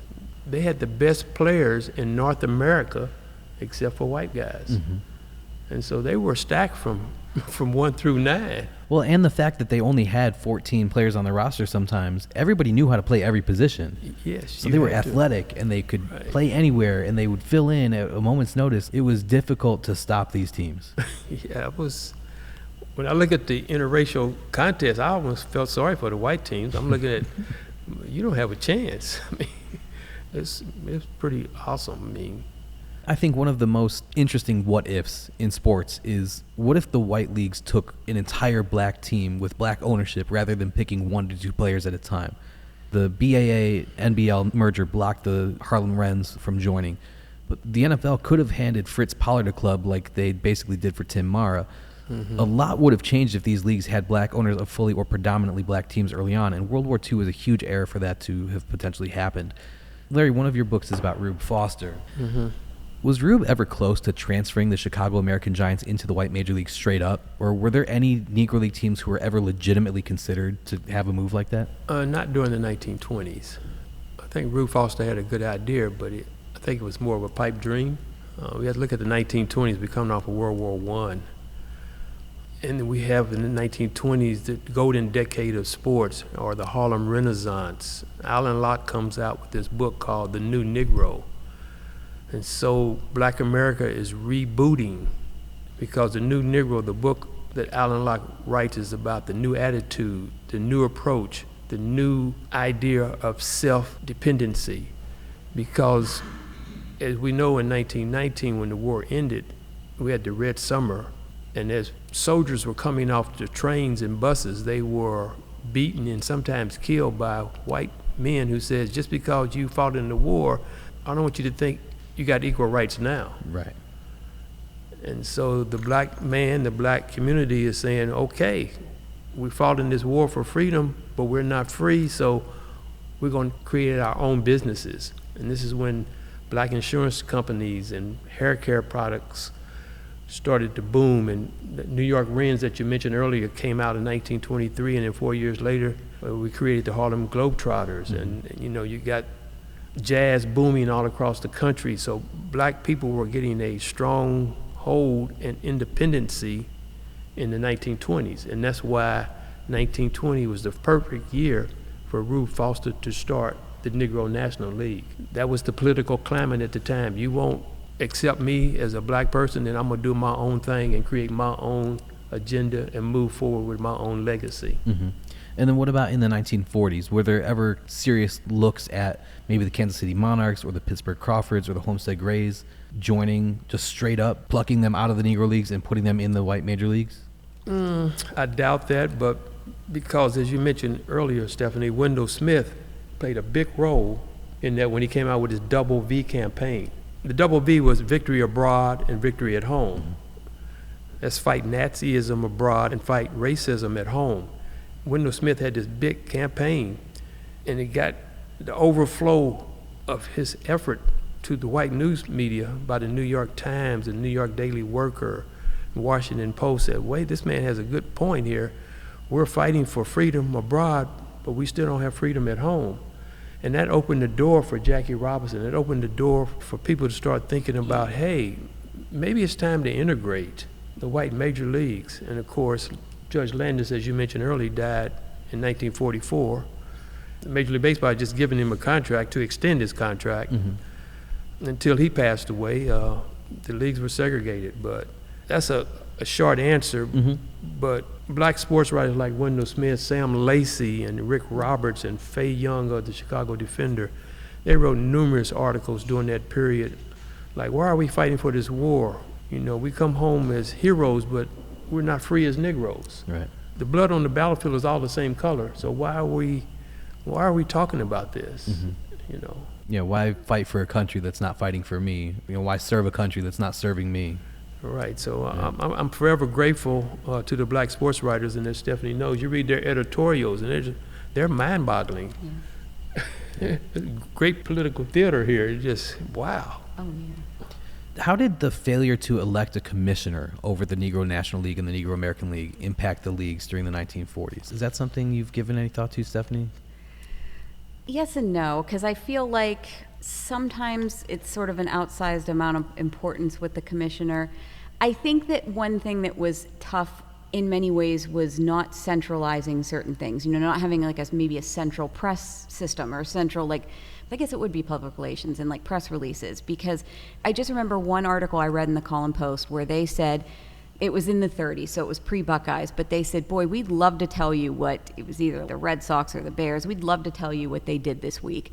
But they forgot to wire us their box scores from the road. Right. And they're on the road, right. So now we can't tell you anything, so you will have to wait 2 weeks to hear what they did over this prior week, because we can't do that. Mm-hmm. You don't need the commissioner if you centralize some of those actions. You know, if you make sure that there's standardization between all the teams reaching out to the media in their cities, and things like that would, I think, go almost farther, or at least as far as having like a central leader. Mm-hmm. The white major leagues had the reserve clause for decades, which meant that once you signed a contract, that team basically owned you. And modern fans sometimes misidentify a player's long tenure with the team as loyalty, but in many cases it was simply because they just didn't have any other option because this was before free agency. Did the Negro Leagues have the reserve clause? No, they did not. No. Players jumped around quite a bit. Did players feel a sense of loyalty to their Negro League teams? Because it seems like in the 1940s, rosters kind of stabilized a bit more, especially when it came to like the Kansas City Monarchs and the Pittsburgh Crawfords compared to the 1930s and earlier, when players were jumping from team to team or even country to country. What do you think was the cause of that? Were those two teams just offering more money to better players so those players wanted to stick around as long as they could? Or why was that shift occurring in the 1940s? Go for it, Stephanie. Well, I think it was Parnell Woods. He went to play in South America because he said it's less racist there. Yeah. I mean, he was he was pretty straight about it. And then there were other guys who said, if you're going to double my salary, I mean, I love my job, but if someone walks in here and offers me double my salary to go work somewhere else, I'm probably going to be working somewhere else. So, I mean, you always want to have loyalty, but when it comes down to it, you're trying to feed your family, you're trying to support yourself, and you need to be compensated fairly for that. And so if someone else is going to do it when this team won't, well then that should be the end of it, I think. And like Larry mentioned earlier, a lot of these guys didn't have an education to fall back on or other skills, so they knew once my baseball career is over, that's the end of my earning potential. Right. So I need to make as much money as I possibly can, as quick as I can, because it could all be over in a bus crash in 1942. You never know what's going to happen. Yes. Now, I'm not saying that integration was a bad thing. You could make the argument that Jackie Robinson breaking the color barrier is the most significant moment on a cultural and societal level of the 20th century. But April 15th, 1947 was the beginning of the end of the Negro Leagues. What kind of jobs did people whose income had been reliant on the operation of the Negro Leagues turn to once the Negro Leagues were no longer providing them with the money that they needed? Whether that be players who didn't make it to the white major leagues or any of the other people we had mentioned earlier, like secretaries for the team or ticket takers or ushers or people who worked associated with the Negro Leagues. What kind of jobs did they work after the Negro Leagues weren't around anymore? Domestic jobs, working in white hotels, working in white-owned restaurants. You work wherever there is a need. Integration killed a lot of black businesses, much like the big box stores moving to the neighborhood and they killed the mom and pop stores. Mm-hmm. That's just what integration is like. The mom and pop stores could not compete with the Walmarts and the Targets because they could not buy in bulk, and so they eventually fold. The Colin Post, there was an article once that they were trying to encourage people to, even though you want to go see the Indians and you want to see Larry Doby and Satchel Paige, you really need to consider the fact that the Buckeyes need your support. So they would say, as far as we're concerned, we're going to watch both. We're going to make sure that the Indians see some of our money so they know, it's appreciated that they took a stand when other teams wouldn't, but we're also going to make sure the Buckeyes have income coming in as well. And then when it comes to the players, unfortunately, that was a question too, there's still a spot for the Negro Leagues. There's still racism, but how's that going to look? And instead of finding out how that looked, it kind of fell apart. And that's sad because there were guys who lost out on playing careers because of it. We've all heard stories about the years that Bob Feller and Ted Williams and even Willie Mays lost because of their service during World War II, taking them away from their major league teams. Were the Negro Leagues affected by the war in a similar way? Are there specific players who historians look at and say, man, his numbers were incredible, but imagine what they could have been if we didn't lose part of his career to the war? That's an interesting question because I feel like you don't see that lost time question with the Negro League players, even though they were fighting overseas as well. And I don't know why they didn't get that same consideration. Maybe because until recently the statistics weren't widely acknowledged, and so folks didn't think about that. But you also have to think about the fact that how many numbers from some of these white players would have been much worse if they would have had stronger competition in some of these Negro League players playing with them. Absolutely. You can say, oh, well, this pitcher, this was his ERA and this was that. Boy, if he had to face Josh Gibson 40 times a year, what's that going to look like? So it's unfortunate that end of things doesn't get considered in the same way. If the purpose of the Negro Leagues was to end segregation, then in 1947 they became a success and their mission was complete. With an infrastructure still in place and a viable audience for a short period of time, there was still money to be made for a few years before the total demise occurred. Could players tell that the end was coming to the Negro Leagues? Were there financial cuts that had to be made in terms of not just player contracts, but per diems or travel expenses or things like that? Were crowd sizes getting smaller? Like, did the players see the writing on the wall that, oh, this is going to end soon? Well, yes, they did. They could see the attendance was going down. For example, many of the black fans wanted to see how Larry Doby and Jackie Robinson would do on an integrated team. And so their entertainment dollar went to Major League Baseball versus the Negro Leagues. And you also find less coverage in the black newspapers because they only had one black sports writer. And so he may decide to cover Larry Doby that day instead of covering the Cleveland Buckeyes. So you have less coverage of the Buckeyes, and less coverage means less interest by the readers. And so the players knew that someday it would be all over. Yeah. And Eugene Bremer, who I loved following his career here in Cleveland, he actually went to the Column Post, I think it was like late May, early June, and he's like, I hate to do this, but I haven't gotten a paycheck yet this season. And that was in 1950. And that's because they just didn't, it's not like they were pocketing the money, there was no money to give. And so that's sort of a heartbreaking end to things here for me, when this player that they don't win in 45 without him, they don't have the decade they have without him. And at the end, he's not even getting a paycheck. Yeah. Okay, so we talked about the Cleveland Buckeyes. We talked about the Homestead Grays in the 1940s. Who were some of the other great Negro League teams of the 1940s, and who were some of the most famous players? In 1940, the Kansas City Monarchs won the World Series over the Homestead Grays, and then the Homestead Grays won 1943 and 1944 over the Birmingham Black Barons. And then, of course, Cleveland Buckeyes won it in 45, beating a very powerful Homestead Grays team. And in 46, Effa Manley's Newark Eagles came along, who had Monty Irvin and Larry Doby at second base and shortstop. And Biz Mackey on that team, Leon Day pitching, and they beat the Monarchs in 7 games. And in 47, the Buckeyes come back to play the New York Cubans. Now, the New York Cubans were a really solid team with Minnie Minoso at third and Louis Tiant Sr. on the mound. And in 48, the Homestead Grays come back and beat the Birmingham Black Barons to win their 3rd World Series during the 40s. So those are some of the top teams. Top players would be Willard Home Run Brown, Buck O'Neill, Ted Strong, who played for the Globetrotters.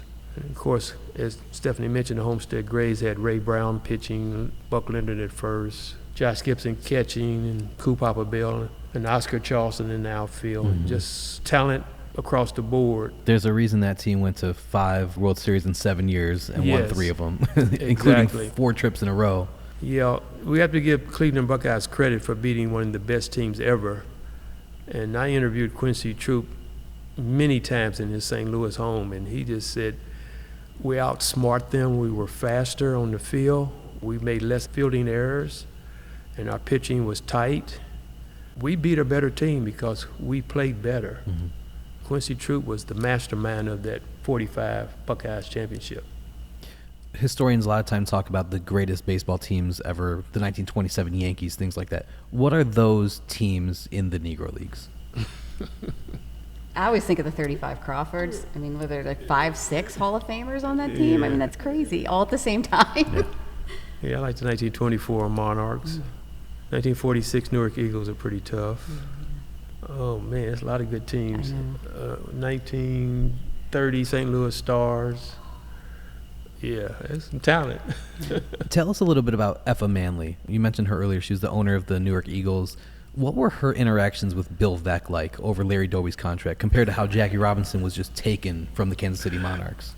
Go for it, Stephanie. That's a good one. Yeah. Bill Veeck did actually pay the Eagles money to sign Doby, unlike with Branch Rickey and Jackie Robinson. But I think she's seeing sort of the writing on the wall that this is going to be the first of many players to leave. And I think that, you know, in many ways you want to set a precedent that all the players that get signed, their teams are going to be compensated. But, you know, that's unfortunately didn't happen. Yeah, she was quite the advocate. She would boycott downtown stores that did not sell to black people. She was an irritant at the board meetings because men did not think that she should be there. Right. But she had a plan and she stuck to it. And she said, I have contracts for these players, and I should be paid for them. She was not really welcome in the clubhouse based on editorials that I've read during the winter meetings. And even in 2006, after she was elected to the Hall of Fame, I got a lot of nasty phone calls about, how can you put a woman into the Baseball Hall of Fame? What were you thinking about? Well, her record speaks for itself. Yeah.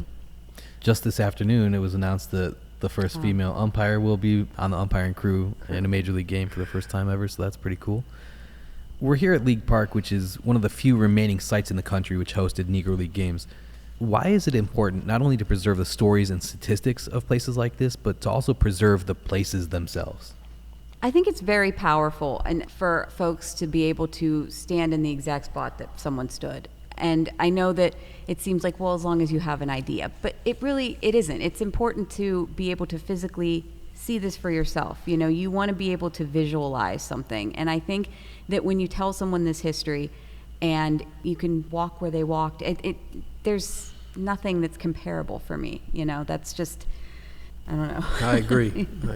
When you tell people the dimensions of this field, and it's 290 to the right field line and 460 to dead center, 460 is just a number, but when you're standing out there looking into home plate and realizing like somebody made a catch here one day and then had to throw it in, 460 is a thing that you can see now. Right. Instead of just a number you're hearing. I love traveling around the country and going to the sites that exist to do exactly what you just said. All the times you hear about, Babe Ruth's 500th home run, it was here. You can stand here.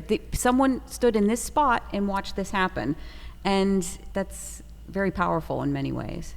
White teams usually had their own stadiums and often owned their own stadiums, but that wasn't a very common thing for Negro League teams.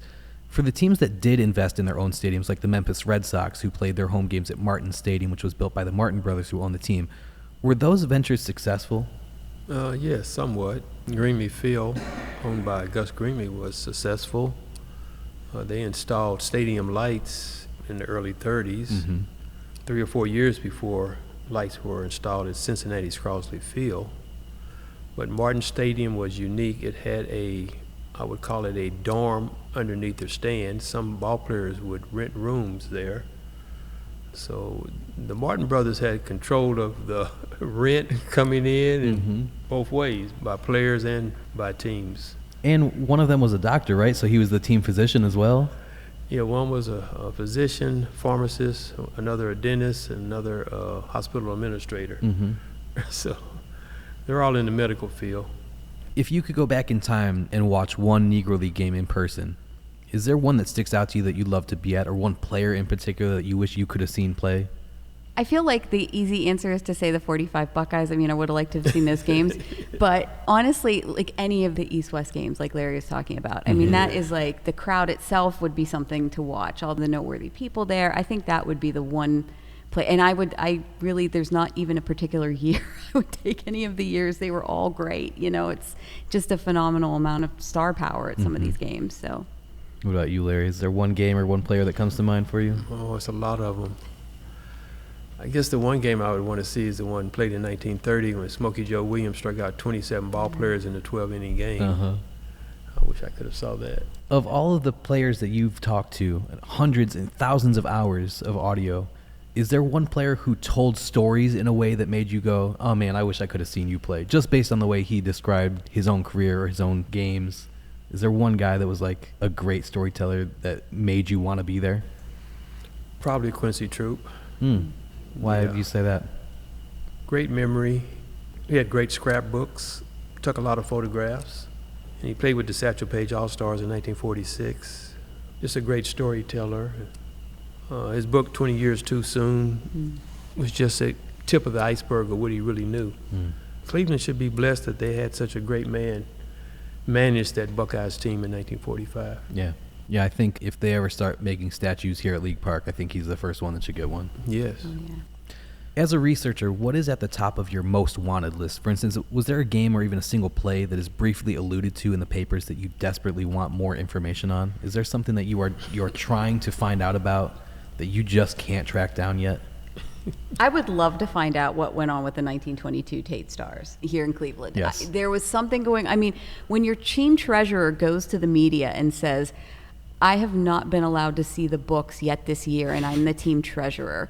I would love to know what happened. I've tried whatever, and I've even given tips to other researchers, like, hey, if you happen to see anything, and nobody's ever come up with anything. But I am dying, and I'd also love to know a little bit more about his time at Oberlin beyond what I have. But yeah, he's the one I think of, that he and that team in general are so fascinating to me, and I just don't think that there's enough info out there.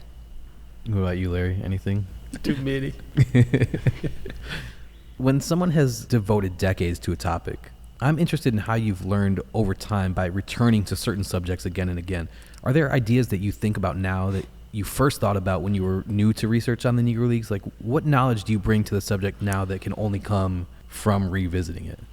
I think for me, learning more about the league itself, which I still feel like it's a very weak spot for me compared to what I might know about Cleveland.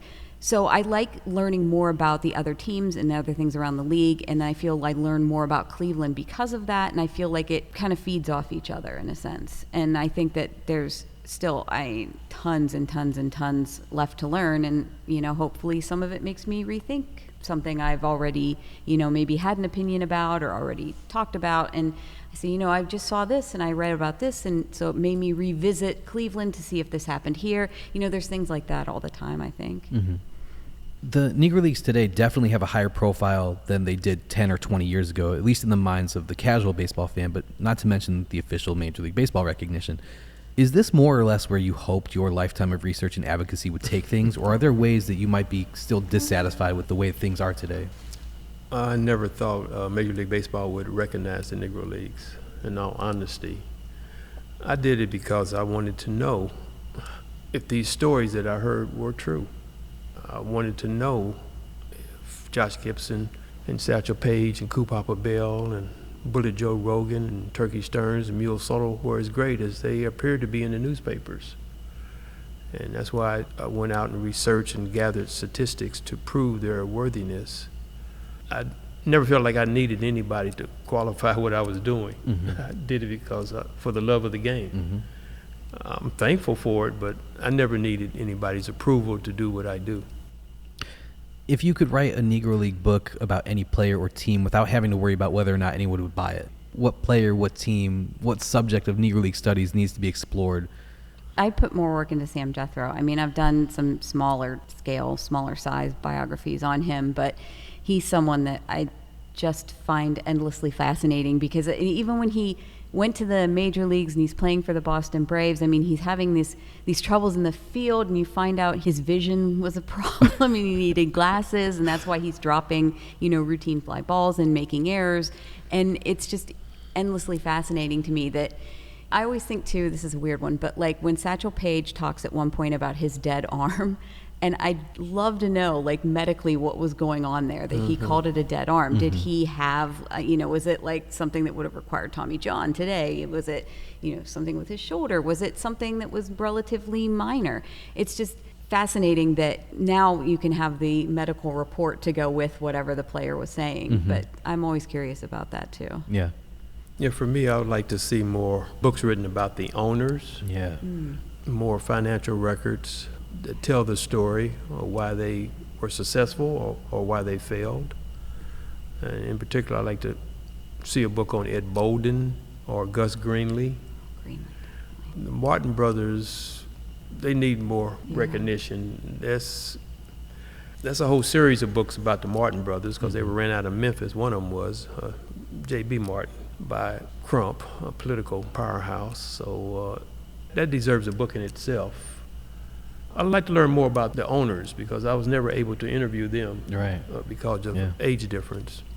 If you guys could recommend one book on black baseball to someone who's just beginning their research and is interested in learning more, what would you say is a good book to kind of start with? And you can say one of your own if you need to. Not my own. I think Larry's East-West All-Star Game book is a great one. I think that's fantastic. It gives a great rundown of all the years and the different players, and I think that's fantastic. And I think it's accessible because it talks about players that so many of us already know. Right. So it's a kind of an easy entryway. You're like, okay, I know about Josh Gibson, but here are a bunch of other guys who I maybe don't Right. necessarily know about. Right. And I've always liked Jules Tygel's Baseball's Great Experiment about Jackie Robinson. I thought that was a good one. Yeah, I'd probably go with Robert Peterson's Only the Ball is White. Very outdated, but it served as a basis for my research. Yeah. Because he started with nothing. He had nothing.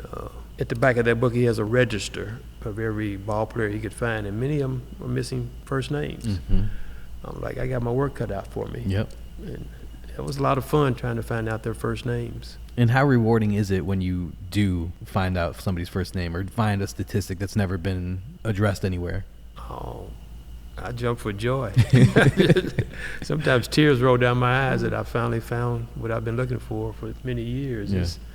It's kind of rewarding because when I interview a ball player, I want to know whether he batted left or right, threw left or right, how much you weighed when you were playing, where you were born. Because when I build this encyclopedia, I want it to be just like the Macmillan baseball encyclopedia. So I have to know all this information. Right. So I want your full legal name and everything about you, your height, weight, and everything. So when I put you in the record books, you look just like the white encyclopedia. Yeah. That's the beauty of finding out the correct names. And sometimes it's so difficult. I think the first edition of that book, I had all these articles on Melvin Powell, a pitcher. And his daughter calls me or emails me and says, you misspelled my father's name. I'm like, well, I got 20 articles that says Melvin Powell. He said, I was named after my father. My name is Malva, and my father's name is Malvin. Interesting. Malvin. I said, yes, I would change it. That's cool. Newspaper had it wrong all these years, but that's the beauty of what we do. Yeah. And like, this is what I want to know. I want the book to be right. Absolutely. So I welcome corrections and additions, and this is fun stuff. Yeah. I remember, I think it was Larry, I think it was you, that years ago at a Jerry Malloy Negro League conference talking about making sure to check the material for yourself and don't just take other people's books, because what happens is someone made a mistake in this book or in this day of the paper and everyone just keeps citing it in perpetuity, like for all of time, and you can't get the record corrected at all. So that's something important too, to make sure that you're looking at your own primary resources and not just someone else's writings. They could be one of the best writers and researchers in history. Everyone makes mistakes.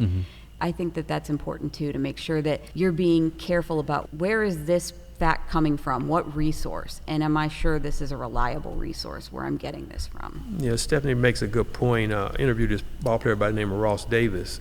He told me he threw a no-hitter on Declaration Day, and everything he said was on point. And so I went to the newspaper to find that no-hitter, and I rolled that microfilm many, many times, and I could not find that no-hitter. And you know that's something they would have written about. Yeah, but see, I forgot what I learned in history. Declaration Day to him was Memorial Day. I was looking for July the 4th. And I said, no, back then they called Memorial Day Declaration Day. Interesting. So I went back to the month of May, and there was a no-hitter, just like he said it was. So now I can write and know that it's right, and that it's true, and I got the box score to prove it. Yeah, that's awesome. Yeah. Is there anything else that we didn't touch on that either of you want to speak about? I mean, I could go on all night, so I'm not going to. Well, I will. I'm on a mission now, haven't been very successful, to get every Major League ballpark to fly the Negro World Series championship flags. Yes. I would like to see the Guardians fly the 1945 Cleveland Buckeyes championship flag. It's been a while since it's been a championship here in Cleveland, so why not add one? And what about cities like Chicago? Which team would get to fly Chicago Leland Giants or American Giants championship flags? Would it be the Cubs or the White Sox? How would that work? I've talked to both teams. Chicago White Sox are the only team that fly the Chicago American League World Series championship from 1926 and 27. Right. I have not been successful with my own Kansas City Royals or the Pittsburgh Pirates or the New York Mets or the New York Yankees. They could be flying the 1947 New York Cubans. But I mean, it's a no-brainer, very little maintenance. And it seems like such an easy PR win. Like, why would they not do that? Well, Pittsburgh took down all their Negro League statues. They had a whole in Pittsburgh. atrium with Yeah. statues just gone. When you reach out to teams with this ask, what's the pushback that you get? We're working on it. We'll get back with you. Yeah. Yeah, well, I'm not going anywhere. It's just, come on. This is good. Yeah, go ahead. Do any of you guys have any questions that you want to ask either Stephanie or If white people wanted to go to Negro League games, were they intermingled with everybody, or were the spectators segregated with specific white sections and black sections in stadiums where games were being played? Everything I've seen has been, there wasn't segregated seating. The only thing I saw, this is kind of a little off track from that, but during a spring training when Cleveland went to Birmingham, they had spring training, and that was the year the Buckeyes had a white pitcher in camp with them, and they wouldn't let him dress and take the field with the team. And so then he left, and he was mad that they wouldn't let him play with his teammates, so he went and sat in the black section of the ballpark. He refused to go to the whites only section, and then the police had to come and threaten him and get him to move. But that's the only case of a thing with the Buckeyes that I remember seeing anything where segregated seating was an issue, and it was in Birmingham. In Kansas City, the seats were segregated for the Kansas City Blues games, but when the Monarchs played in the stadium, the owner, J.L. Wilkerson, took down the divider ropes. Some of the artifacts I like to collect are scorecards and scorebooks from Major League games, but I never see them from Negro League games. And I wonder, was that a common practice? Did they have scorecards that they scored at games? Did people save them the same way that some white fans did? Yes, we have them. 1925, 1926, we have scorecards for the Eastern Colored League. We have complete scorecards from one team in 1942. We have financial ledgers from Rube Foster's years from probably 1920 through 1925. They keep showing up. Yeah. We want more, but we have been able to find some. Yeah, I have a program from was when the Buckeyes moved to Louisville for the 1949 season. I have a little program. I mean, it's basically almost like a pamphlet, but it's still pretty cool. I know you've conducted interviews with lots of the former players after their careers were over, and that interviews have appeared in documentaries and things like that, so there's some audio and video footage out there of Negro Leaguers talking about their experiences, but is there any video footage of the actual games being played from back then? Yes, there is. Quincy Troop took most of it. Yeah. He had a little motion picture camera everywhere he went.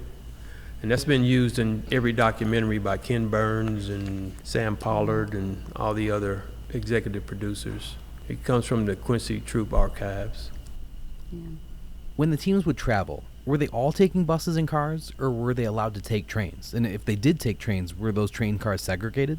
It seems, from what I've seen, there's been some variation. I think it would depend on how much money the team had in terms of could they afford this. And like I mentioned, wartime shortages with rubber and gasoline. It seemed like whatever they could manage financially, that they would take the easiest route. So obviously the 2 cars was not ideal, but they had a bus at times. That was more ideal, and then even more so if you could get affordable train transportation. I think they would take that. How can people reach out to both of you or follow you on social media if they want to keep up with what you're doing these days? You can reach me at my website, LarryLester42.com, and my email address is LarryLester42@gmail.com. And Stephanie, what about you? Same question. My Twitter account was my name, first and last, no spaces. And then I work for Hiram College, so you can find me through their website too. Just email my campus email if you want to reach out. Cool. Thank you again so much for being here with us tonight, everybody, and to the City of Cleveland Division of Recreation for allowing us to record here at this historic venue. It has truly been an honor to do this here with you guys. Thank you for having us, Dan. Thank you. Thank you very much.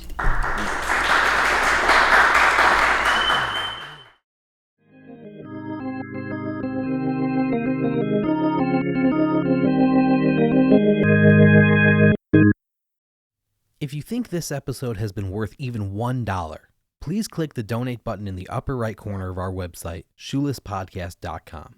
That is a direct link to my PayPal profile where you can make a donation in any amount.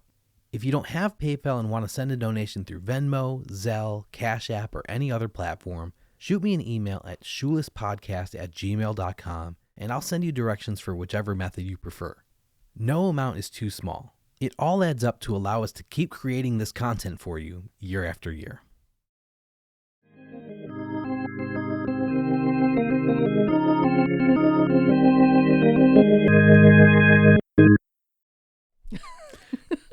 And now it's time for a segment called What'd You Think, Mom? Where we talk to my mom who just listened to the interview with me and we ask her what she thinks. This is my real actual mom. Her name is Lori, but I've always just called her Mom. Can you say something to prove that you are my mom? Yes. Fantastic. Welcome to season 5 of the podcast. I finally got the drill down. How can you prove that you're my mom? Because from the very first time that you went to the Negro Leagues Museum in Kansas City, I have had road trip envy because you showed me pictures that you took, and seeing that field with the statues, I wanted to be there. And it took me more than 10 years, we think, right, to get there. I finally got there this summer, and it was with you. So that was even a bigger bonus to experience it with you and walk around there. And I loved every minute of it. Could not have been there too long. Yeah, that's one of the most powerful displays in a museum. The way that you kind of walk through the museum, learning about the ties to civil rights and the parallels between what Black people in America were allowed to do in society and what Black people were not allowed to do on the baseball field. And then you kind of turn this corner and the field opens up and you see the stars and you're just like, oh, this is pretty cool. And we were lucky enough to be there at a time where we could experience that with very few other people, which made it that much more impactful. And that was everything I hoped it would be. And I'm so glad. I highly recommend going there. It was just great. Yeah, absolutely. And Larry was a co-founder of the Negro Leagues Baseball Museum. So a huge honor to have him on the show and talk with him. Absolutely. And Stephanie was great too. She's an author of an important book about Cleveland's Negro League baseball history and Black baseball history in Cleveland. So the two of them together, this episode was really a fun thing to do. And it was the first time that I've ever done a live podcast in front of a live audience. That was a unique experience and one that I hope will happen again at some point. I'm not sure when or with whom, but that was a fun thing to do. And as we listened back, hearing some of the crowd reactions to funny lines or just interesting stories, it was cool to be in the room as a listener watching other people have a live reaction, because the worst part about doing this podcast is that I don't get to see how people enjoy it. Yeah. You know, you guys listen on your devices in your own homes or while you're traveling, and I get messages sometimes being like, oh, I love this episode. This story was interesting, blah, blah, but I don't get to see the reactions. Right. And so being in the room and watching a couple dozen people react was pretty cool. Right. But also, when you're doing an interview and it's remote, you're thinking, oh my God, if someone else heard this, they're not going to believe this, right? And you see it in real time. I loved listening to it. It was an excellent panel. I know I say this all the time, but Negro League history fascinates me. And it's still so, relatively speaking, new to me. And to hear one of the leading experts in Larry talking about it and just hearing how he even started, which was a fascinating story in itself. But then to hear another voice of Stephanie, I really enjoyed their interaction. I enjoyed when Larry would kind of defer to her, like, okay, you have at it. Go, girl. That was cool. Yeah. So excellent job. And the questions that came from the audience, I thought were great questions that I had as well. So it was excellent. Yeah. I kind of pride myself on being a Chicagoan and a bit of a historian. And I have to say, when I listen to interviews like this, and as you and I travel and find out different things, I'm really ashamed of how ignorant I was growing up and even into adulthood about a couple guys who were very familiar to me when I was growing up in Chicago. And I didn't really realize what their importance was and who they really were. And the first person would be Bill Veeck. Every time I hear a story about Bill Veeck, I have more and more respect for the man he was at the time he was the man. Growing up, I guess the stories were more about the showmanship and that side of him. Of course, that was part of it. But the things he did on civil rights and women's rights at a time when that was inflammatory and put himself at risk. You know, I'm from Chicago. I lived through that part of it. Would have loved to have acknowledged that while he was still alive and appreciated him for who he was. And then the second person is Wendell Smith. Yeah. I'm 66 now, so, you know, I grew up in the 60s. I was a grade school kid.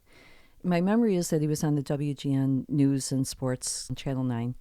I knew who he was. Everybody knew who Wendell Smith was. You saw him all over the place. And when I saw 42, and I saw the scene that Stephanie referred to where he's sitting in the stands watching the game, and he's got his typewriter on his lap, I felt like I had been hit in the head with a brick. Mm-hmm. How did I not know who this guy was? Because I'm very interested and always a student of civil rights history. That one slipped by me. Mm-hmm. Since that point, now I'm very much aware of who he was. And he had a very long career well into his old age. And that's another person where I wish he would have gotten the accolades and the appreciation of who he was for when he was doing what he did. Mm-hmm. Especially when Larry told the story about the Double V campaign that Wendell promoted and encouraged. Just an amazing human being.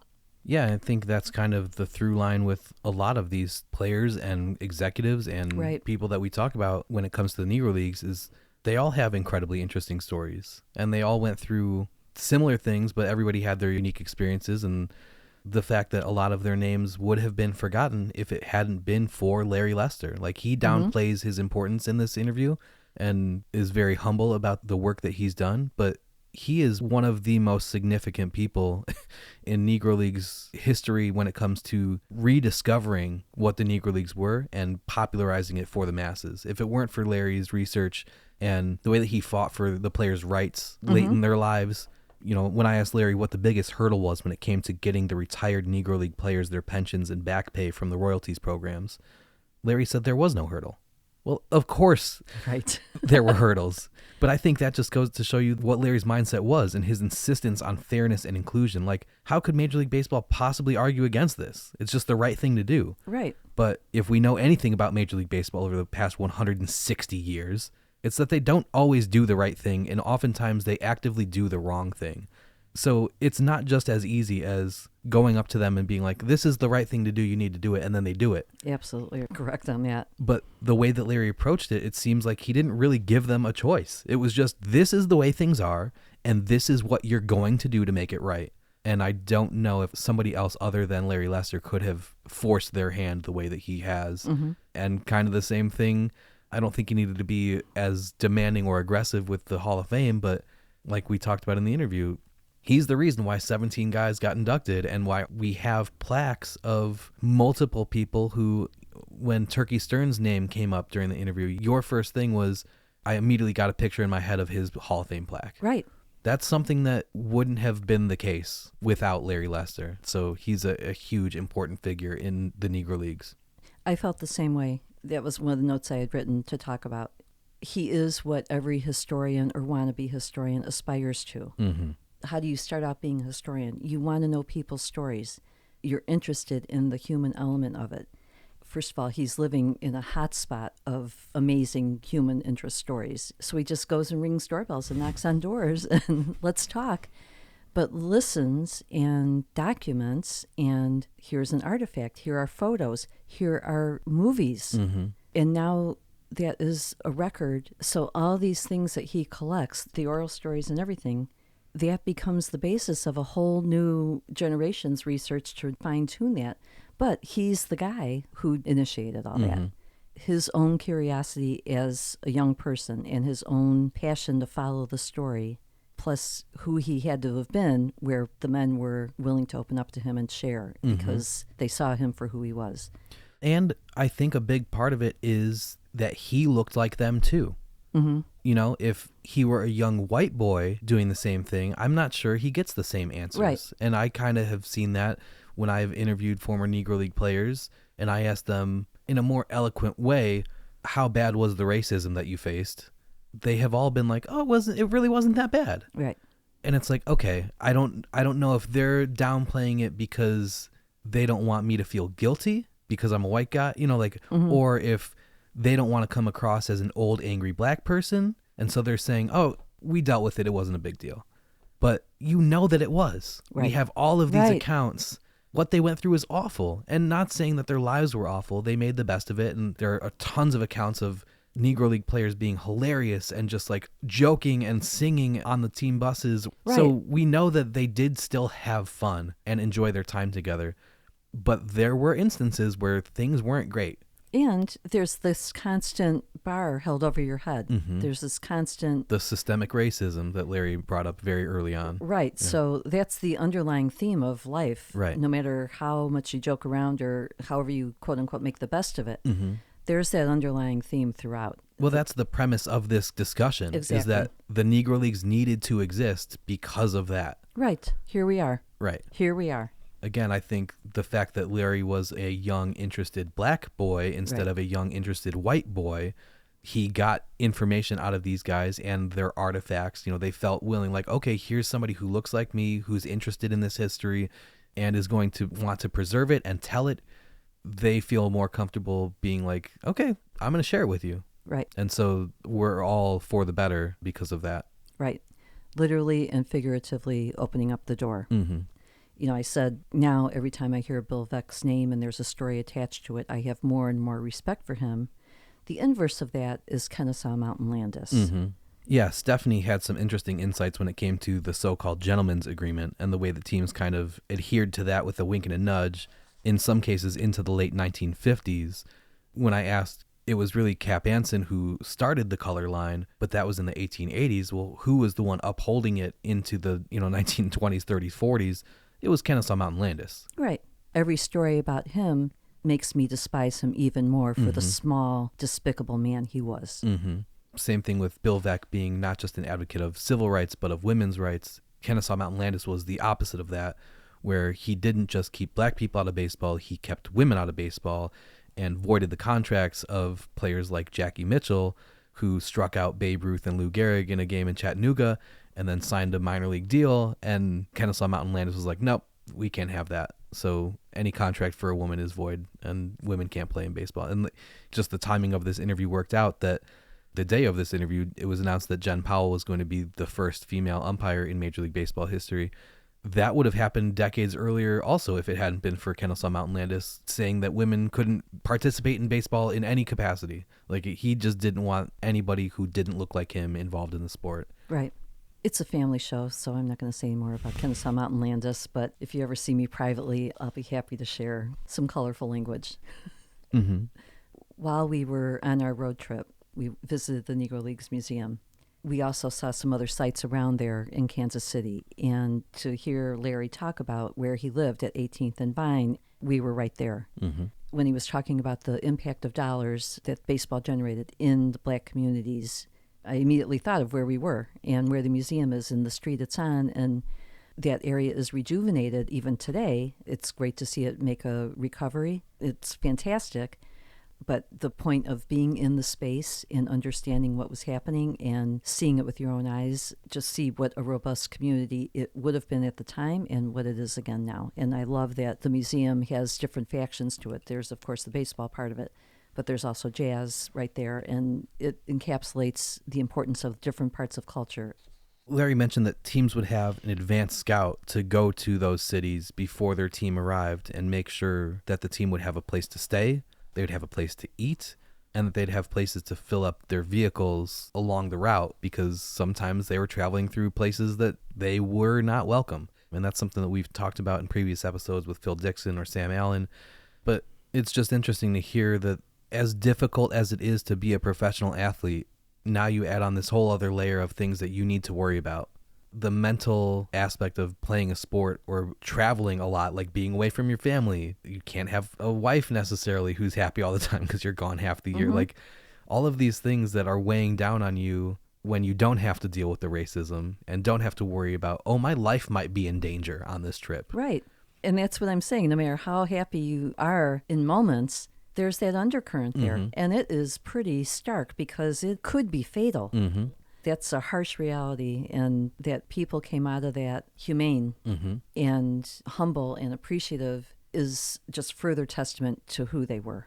Like, we had an episode in season 4 with Jay Valentine, who played with the Indianapolis Clowns, and he talked about a game where they got to the town where the next game was going to be, and it was late at night, and the hotel manager was like, oh no, you guys can't stay here. And this is in the 70s. This is 1977, 1978. So instead of trying to find another hotel in that town, because, okay, if this one hotel feels that way, probably the other ones feel that way too, they drove like 180 miles away, slept basically in their van, and then drove back the next morning so they could play the game in that town the next day. Right. That's what these players had to go through. And so that was the importance of having an advanced scout, so you don't run into situations like that, because again, it's hard enough to perform on the field when everything is going perfectly. You can't have that weighing on you and not get a good night's sleep, and not, like, Right. if you want to be at your best, you've got to do everything kind of in a routine. And I can't imagine what it must have been like to go through this. Right. And then you have all that talent who rises above that and still performs superbly on the field, and they're still considered less than. Mm-hmm. This is kind of another story we didn't really have time to get into during this interview, but the Mexican leagues started offering Negro League players and even some white major leaguers exorbitant amounts of money to come play down in Mexico. Like, they offered Ted Williams $500,000. He said no, but a lot of the black players did say yes, because the Negro Leagues were either non-existent or starting to crumble, and they weren't getting those same opportunities in the major leagues. And even if they were signed by major league teams, they weren't getting the pay that they were offered in Mexico, or weren't getting the playing opportunities. They weren't treated the same way. And so a lot of the best black baseball players or other Latin players would go play in Mexico. And it became such a problem that Major League Baseball, again, comes in with a rule that says, if you jump ship and go play in Mexico, we're banning you from Major League Baseball for 5 years. For some of the black ball players, they're like, I don't care. We weren't getting opportunities anyways. Right. And again, even if we did get these opportunities, we're treated like second-class citizens. So the Mexican teams were offering these guys incredible salaries. They're going to put them up. They're going to give them a maid. Why would you not at least consider going to play there? Right. But the trade-off is that those games don't count towards your statistics. So those aren't major leagues. And now all of those great moments that you have, the legacy building things of like, oh, can you believe he did this? It doesn't count towards Right. our record books, because that's not a major league as far as we're concerned. Yeah. Every step of the way, they're saying what you're doing isn't good enough, and you don't deserve the chance to prove yourself against us, except every time you've gotten a chance to prove yourself against us, you have beaten us. Right. So what do you want from us? What do you want me to do? I can't imagine how frustrating that must have been. And that was kind of, I asked that question kind of early on. We know about the pushback from white people about integrating baseball, but that Sporting News article mentioned that white and black players felt the same way. That like, we don't want to integrate. We kind of want to do our own things. And I wanted on the record that was BS. Right. And Larry was like, oh yeah, of course. Right. They wanted to integrate because they knew, like, Yeah. we're better than you. Yeah. And when integration finally happens, the next 15 years of players who either actually played in the Negro Leagues or would have played in the Negro Leagues come over, and you've got Jackie Robinson winning Rookie of the Year, then MVP, and Roy Campanella, 3-time MVP, and Don Newcomb, and like Ernie Banks, Willie Mays, Hank Aaron, like the best players in baseball for 15 years were Negro Leaguers. And if that's not proof enough that these guys were great, Right. and the league was a major league, I don't know what more proof there can be. And I wonder how many people were aware of the quota system where they kind of managed, quote unquote, the stars. And again, this is another thing that as a Chicagoan and as a White Sox fan, I'm embarrassed to say, I learned it today about Minnie Minoso coming over to the White Sox because he needed to be extricated from Cleveland because they were going to go over their quota. Yeah, Larry said that the Athletics usually had 2 black ball players, quote, which was usually the max, was Yeah. how Larry said it. There's evidence that the Cubs trade of Lou Brock to the Cardinals was motivated by race, because they already had multiple black stars on their team in Ernie Banks and Billy Williams, and management was afraid that having another black star would alienate some of their fans. And Stephanie brought up that same thing in Cleveland with the team trading Minnie Minoso to the White Sox and keeping Harry Simpson because they were afraid of hitting that self-imposed cap on the number of black players. All of these little stories that those types of things wouldn't have been reported in the newspapers. Definitely not. But as these players got older, and as the people making those decisions got older and were feeling more, not emboldened, but just free to say what really happened, those stories are coming out. And it's a shame that that's a part of the story that hadn't been considered for all these decades. And I don't know how it is in other cities, but when you go to Chicago today and you go to Wrigley Field and you see who are the statues of, and you have Ernie Banks and you have Billy Williams and Ferguson Jenkins. And when you go to Sox Park, back in the day, they would have the retired player numbers along the outfield fence. Minnie Minoso's up there and other black players. And now I want to know, okay, how did those players come in and what was the quota that year? But they are the ones who are the stars of your franchise that you're retiring the numbers. So they're not just a star for a year. Yeah. When the question came up, why is it important to preserve the physical space of some of these key historic sites where not only they're baseball fields, but they're also places where history was made within society as well? And League Park is one of those sites. Stephanie said how powerful it was to be in that space. And I felt that way the instant I walked in there for the first time and walk on that field. And, she mentioned Babe Ruth's 500th home run, for example. But coming with the Shoeless Joe Jackson background, it's like that's where Joe Jackson played and earned his rep before he was bought by Comiskey. But how many key players throughout baseball history walked onto that field? It is just a powerful space to be. I love that it's still preserved and that we have the opportunity to just go and be there and soak in that space. Yeah, one of my favorite things to do, and I kind of mentioned this in the interview, is walk on the field and go stand in center field at 460 and look in. Because when you're standing at home plate, you don't really get that same perspective. It just looks like, okay, the center field fence is far away, but it's like an optical illusion almost.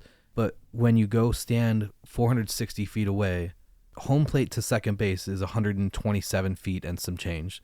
You're still 333 feet away from second base. Yeah. Reading that number in a book Right. doesn't drive it home. And going out and my buddy Mike Tedrick was in town recently, and we're playing catch on the field, and we just look out there and like, can you believe that somebody hit a ball out there one day? You know, like in the 1920s, Cleveland had a pitcher named George Yulee, and he said the hardest ball he ever saw hit was Babe Ruth, who hit the top of the scoreboard in center field 460 feet away. So the fence was 15 feet tall, and then the scoreboard's another 20 feet on top of that. So he hits the ball 35 feet in the air, 460 feet away, and Yulee said the ball was still rising. Yeah. And so it wasn't even a home run because the ball hit the scoreboard and bounced back in, and it's a double. But when you're standing at home plate, to think like, okay, that's pretty far, but again, you don't get that same perspective. Mm-hmm.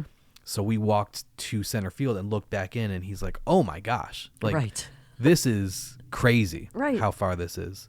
That's my favorite reason to go to these places. You get to walk in the steps of the people. You get to stand in the batter's box that Babe Ruth stood in, and Ty Cobb and Lou Gehrig and Ted Williams and Joe DiMaggio and Shoeless Joe Jackson. And the pitcher's mound. Right. Where Babe Ruth pitched. Mm-hmm. And Cy Young. Yeah. That's how I feel about all of history, but especially in a baseball park, because history is just dripping off of it. Mm-hmm. And it's amazing to be in the physical space. Yeah. You kind of know the measure of Larry Lester when you listen to your intro of them that night. Stephanie is an accomplished author. I wish when I grow up I would have her resume. Mm-hmm. And then there's Larry. Mm-hmm. Oh my God, it blows you away. And as we're sitting here and you're just pulling out these books out of your library and the stack is getting higher and higher, mm-hmm. and it's like, oh, I'd love to read that. I want to read that. It's like this is the man who put those words to these pages, and there are many, many pages. Yeah. Like you said earlier in the segment, it was fun to watch he and Stephanie interact together. Clearly, you know, they respect each other as historians and mm-hmm. authors and researchers, but to have that back and forth and watch them kind of dance around some of the tougher questions, or know that like, okay, this one's going to be a tough answer, and Larry be like, Stephanie, why don't you take this one? Here's the windup. Mm-hmm. But that shows how significant Stephanie is as a researcher, that he trusted her to answer those tough questions. You could hear the respect in his voice. Yeah. It's very fun event. And like I said, hopefully we'll do some more live ones in the future. And if they do get scheduled, I will update you guys on social media so you can be there if you want to be. It was also just announced recently that the Sabre Convention 2026 will be in Cleveland, so there may be an opportunity to do a live podcast during that event.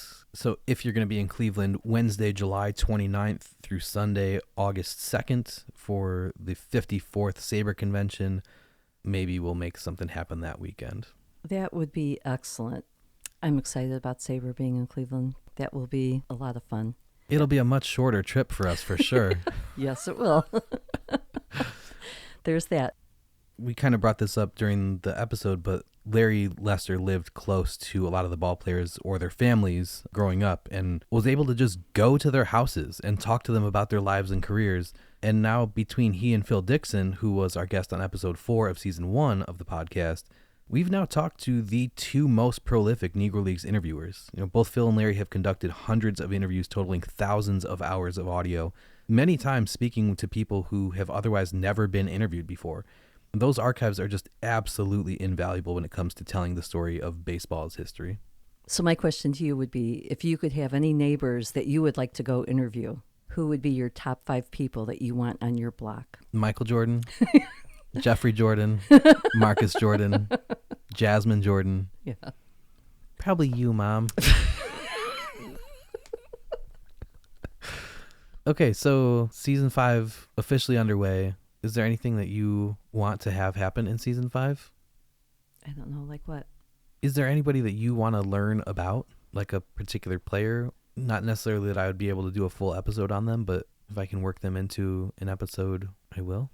The teams or the people that I'm interested in, I think you've covered in a lot of different ways. So who would be my first ones? Tris Speaker, the Ray Chapman story, that 1920 team. Oh, Rube Foster? I think I can make that happen. Okay. Great. I'm fascinated by him. I think I can work in some Tris Speaker stuff too. Okay. Cool. I'm looking forward to this whole season. Me too. Okay. Thanks, Mom. Thanks, Dan.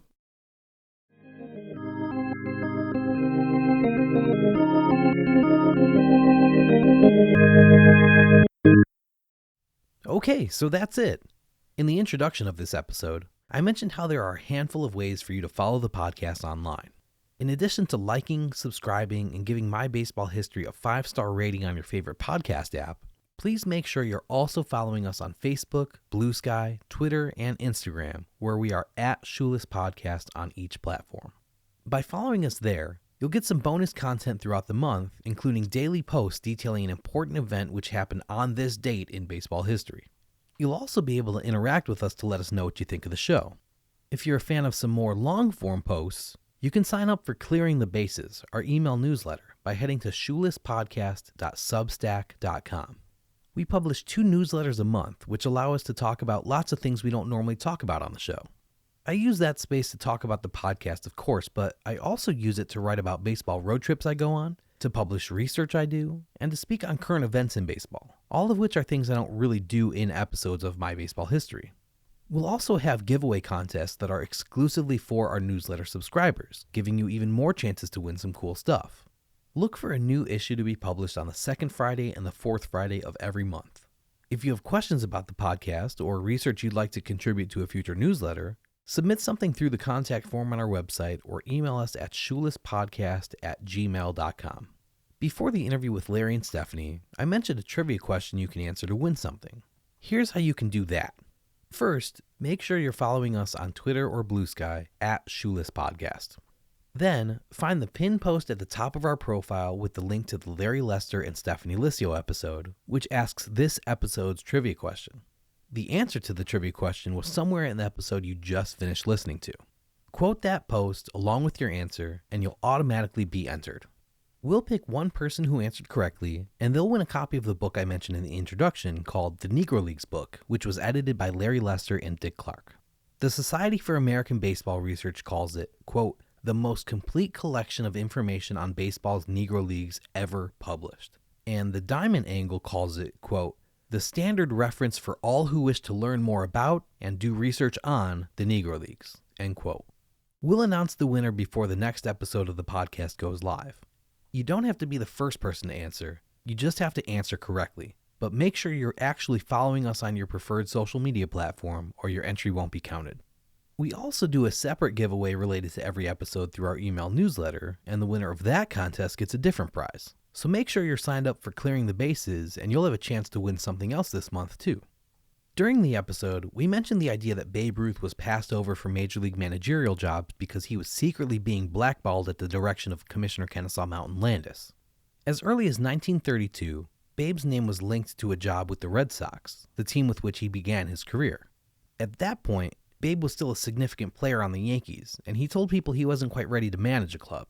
In fact, it was during the 1932 World Series against the Cubs when the Babe called his shot at Wrigley Field.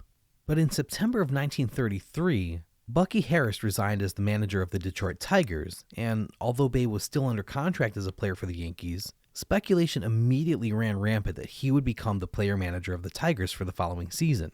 There are a number of theories as to why the Tigers eventually decided to hire Mickey Cochran as their manager instead of Babe Ruth. Had it not been for a previously scheduled barnstorming trip to Hawaii that Babe refused to postpone, he may have become Detroit's player-manager. But while Babe was away on that trip, a handful of people got into Frank Navin's ear and convinced him that hiring Babe was a bad idea. Years later, Babe's daughter Julia noted that Babe was known to be friends with Bill Robinson, an African-American actor and dancer who was later an honorary pallbearer at the Babe's funeral. Julia Ruth Stevens said her father absolutely would have wanted black players on his team, and that was something most white owners would have been frightened by at the time. It's interesting that the first managerial job Babe was legitimately linked to was that of the Red Sox in 1932. He longed to manage the Yankees, but he was passed over when the club hired Joe McCarthy as their manager in 1931. Had the Red Sox made him their manager the following season, the course of history and the timeline of baseball's integration may have changed. But it's also very reasonable to assume that Boston's new owner beginning in 1933, Tom Yawkey, never would have allowed Babe to bring in black ball players. It has long been known that Boston is not exactly a racially progressive city. In fact, it wasn't until September 8, 1942, when the first exhibition game between two Negro League teams was finally played within the city limits of Boston. Unlike many metropolitan areas in the East and South, Boston did not have a black team representing the city. But not only that, the community even refused to embrace the concept of hosting Negro League games played between teams from other cities. It wasn't until that exhibition game in 1942, which was played between the Philadelphia Stars and the Baltimore Elite Giants at Fenway Park, when that changed. Exactly 3 weeks after that game was played at Fenway, another significant Negro League game occurred. On September 29, 1942, at Shibe Park in Philadelphia, Satchel Paige arrived to save the day for the Kansas City Monarchs during the 1942 Negro League World Series. Satch was late to the game after he was detained by a speeding ticket, but when he finally showed up, he fired 5+ innings of no-hit relief, leading Kansas City to a 9-5 win and a World Series victory, sweeping the mighty Homestead Grays. After Page's dominating performance, an article by Barney Freeman of the Associated Press suggested that Satchel Paige might be pitching in the white major leagues the next year.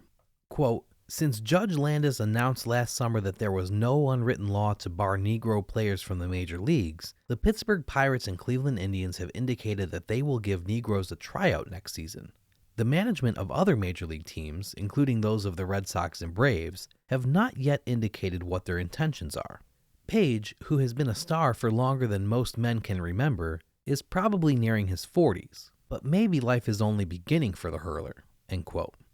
Landis was lying, but apparently Barney Freeman mistakenly took him at his word. It wouldn't be until 1945 that the first real step toward breaking the color barrier was taken, when Branch Rickey signed Jackie Robinson to a minor league contract within the Dodgers organization. At the Major League Baseball owners meeting on August 27, 1946, a committee formed to study integration, which included Red Sox owner Tom Yawkey, delivered its secretive report defending the covert color barrier which existed in professional baseball at the time. This was still a little bit more than 6 months before Jackie Robinson would play his first major league game, though he had already played roughly 100 games for the Montreal Royals in preparation for his call up to the big leagues. The absurd reason given at that owners meeting as to why black players shouldn't be allowed to play in the white major leagues included an absence of skills due to inferior training, a lack of fundamentals, and the need to respect existing Negro League contracts. Like we mentioned in the panel discussion earlier in the episode, another lesser-known motivation may have been profit, which was revealed later in the report. Quote, "The Negro Leagues rent their parks in many cities from clubs in organized baseball, and club owners in the major leagues are reluctant to give up revenues amounting to hundreds of thousands of dollars every year." End quote. The fear that white fans would be driven away if black players attracted more minorities to the ballpark was another underlying reason for owners wanting to keep the long-standing tradition of segregation intact.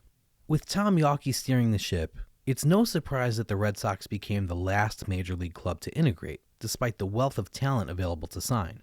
The Red Sox purchased the contract of Elijah Pumpsy Green during the 1955 season, but Green remained with the Stockton Ports to finish the year in the California League despite the team not being affiliated with Boston.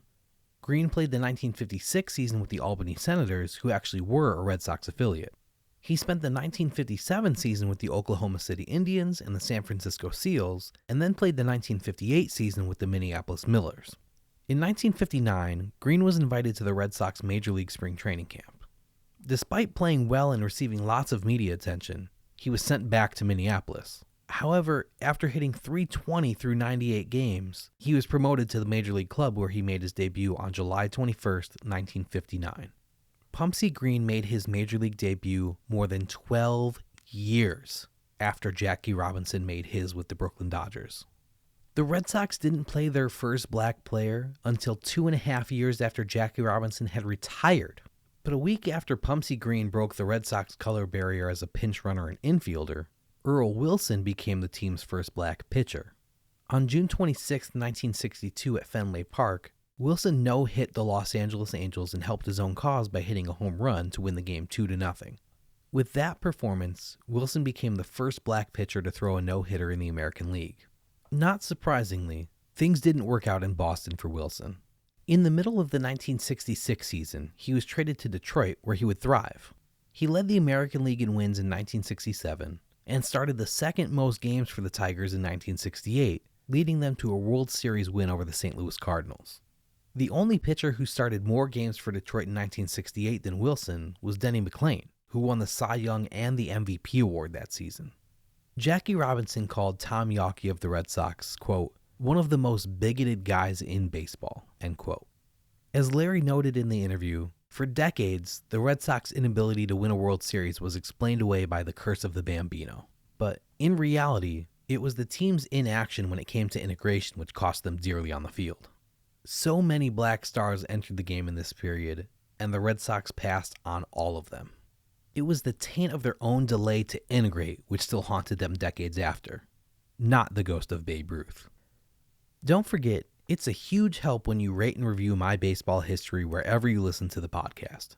5-star ratings help our show get featured on more people's suggested podcast pages, which means that more people have a chance to discover it. It just takes a couple seconds of your time, but it really helps us a lot. And of course, liking us on social media, interacting with our posts, and sharing things with your friends or family is great too. Feel free to send this episode to anyone in your life who loves baseball. Hopefully they'll enjoy it, and maybe they'll even learn a thing or two. But no matter how you choose to support us, even if it's just by listening, we appreciate you being here. Until next time, I'm Dan Wallach, and this is My Baseball History.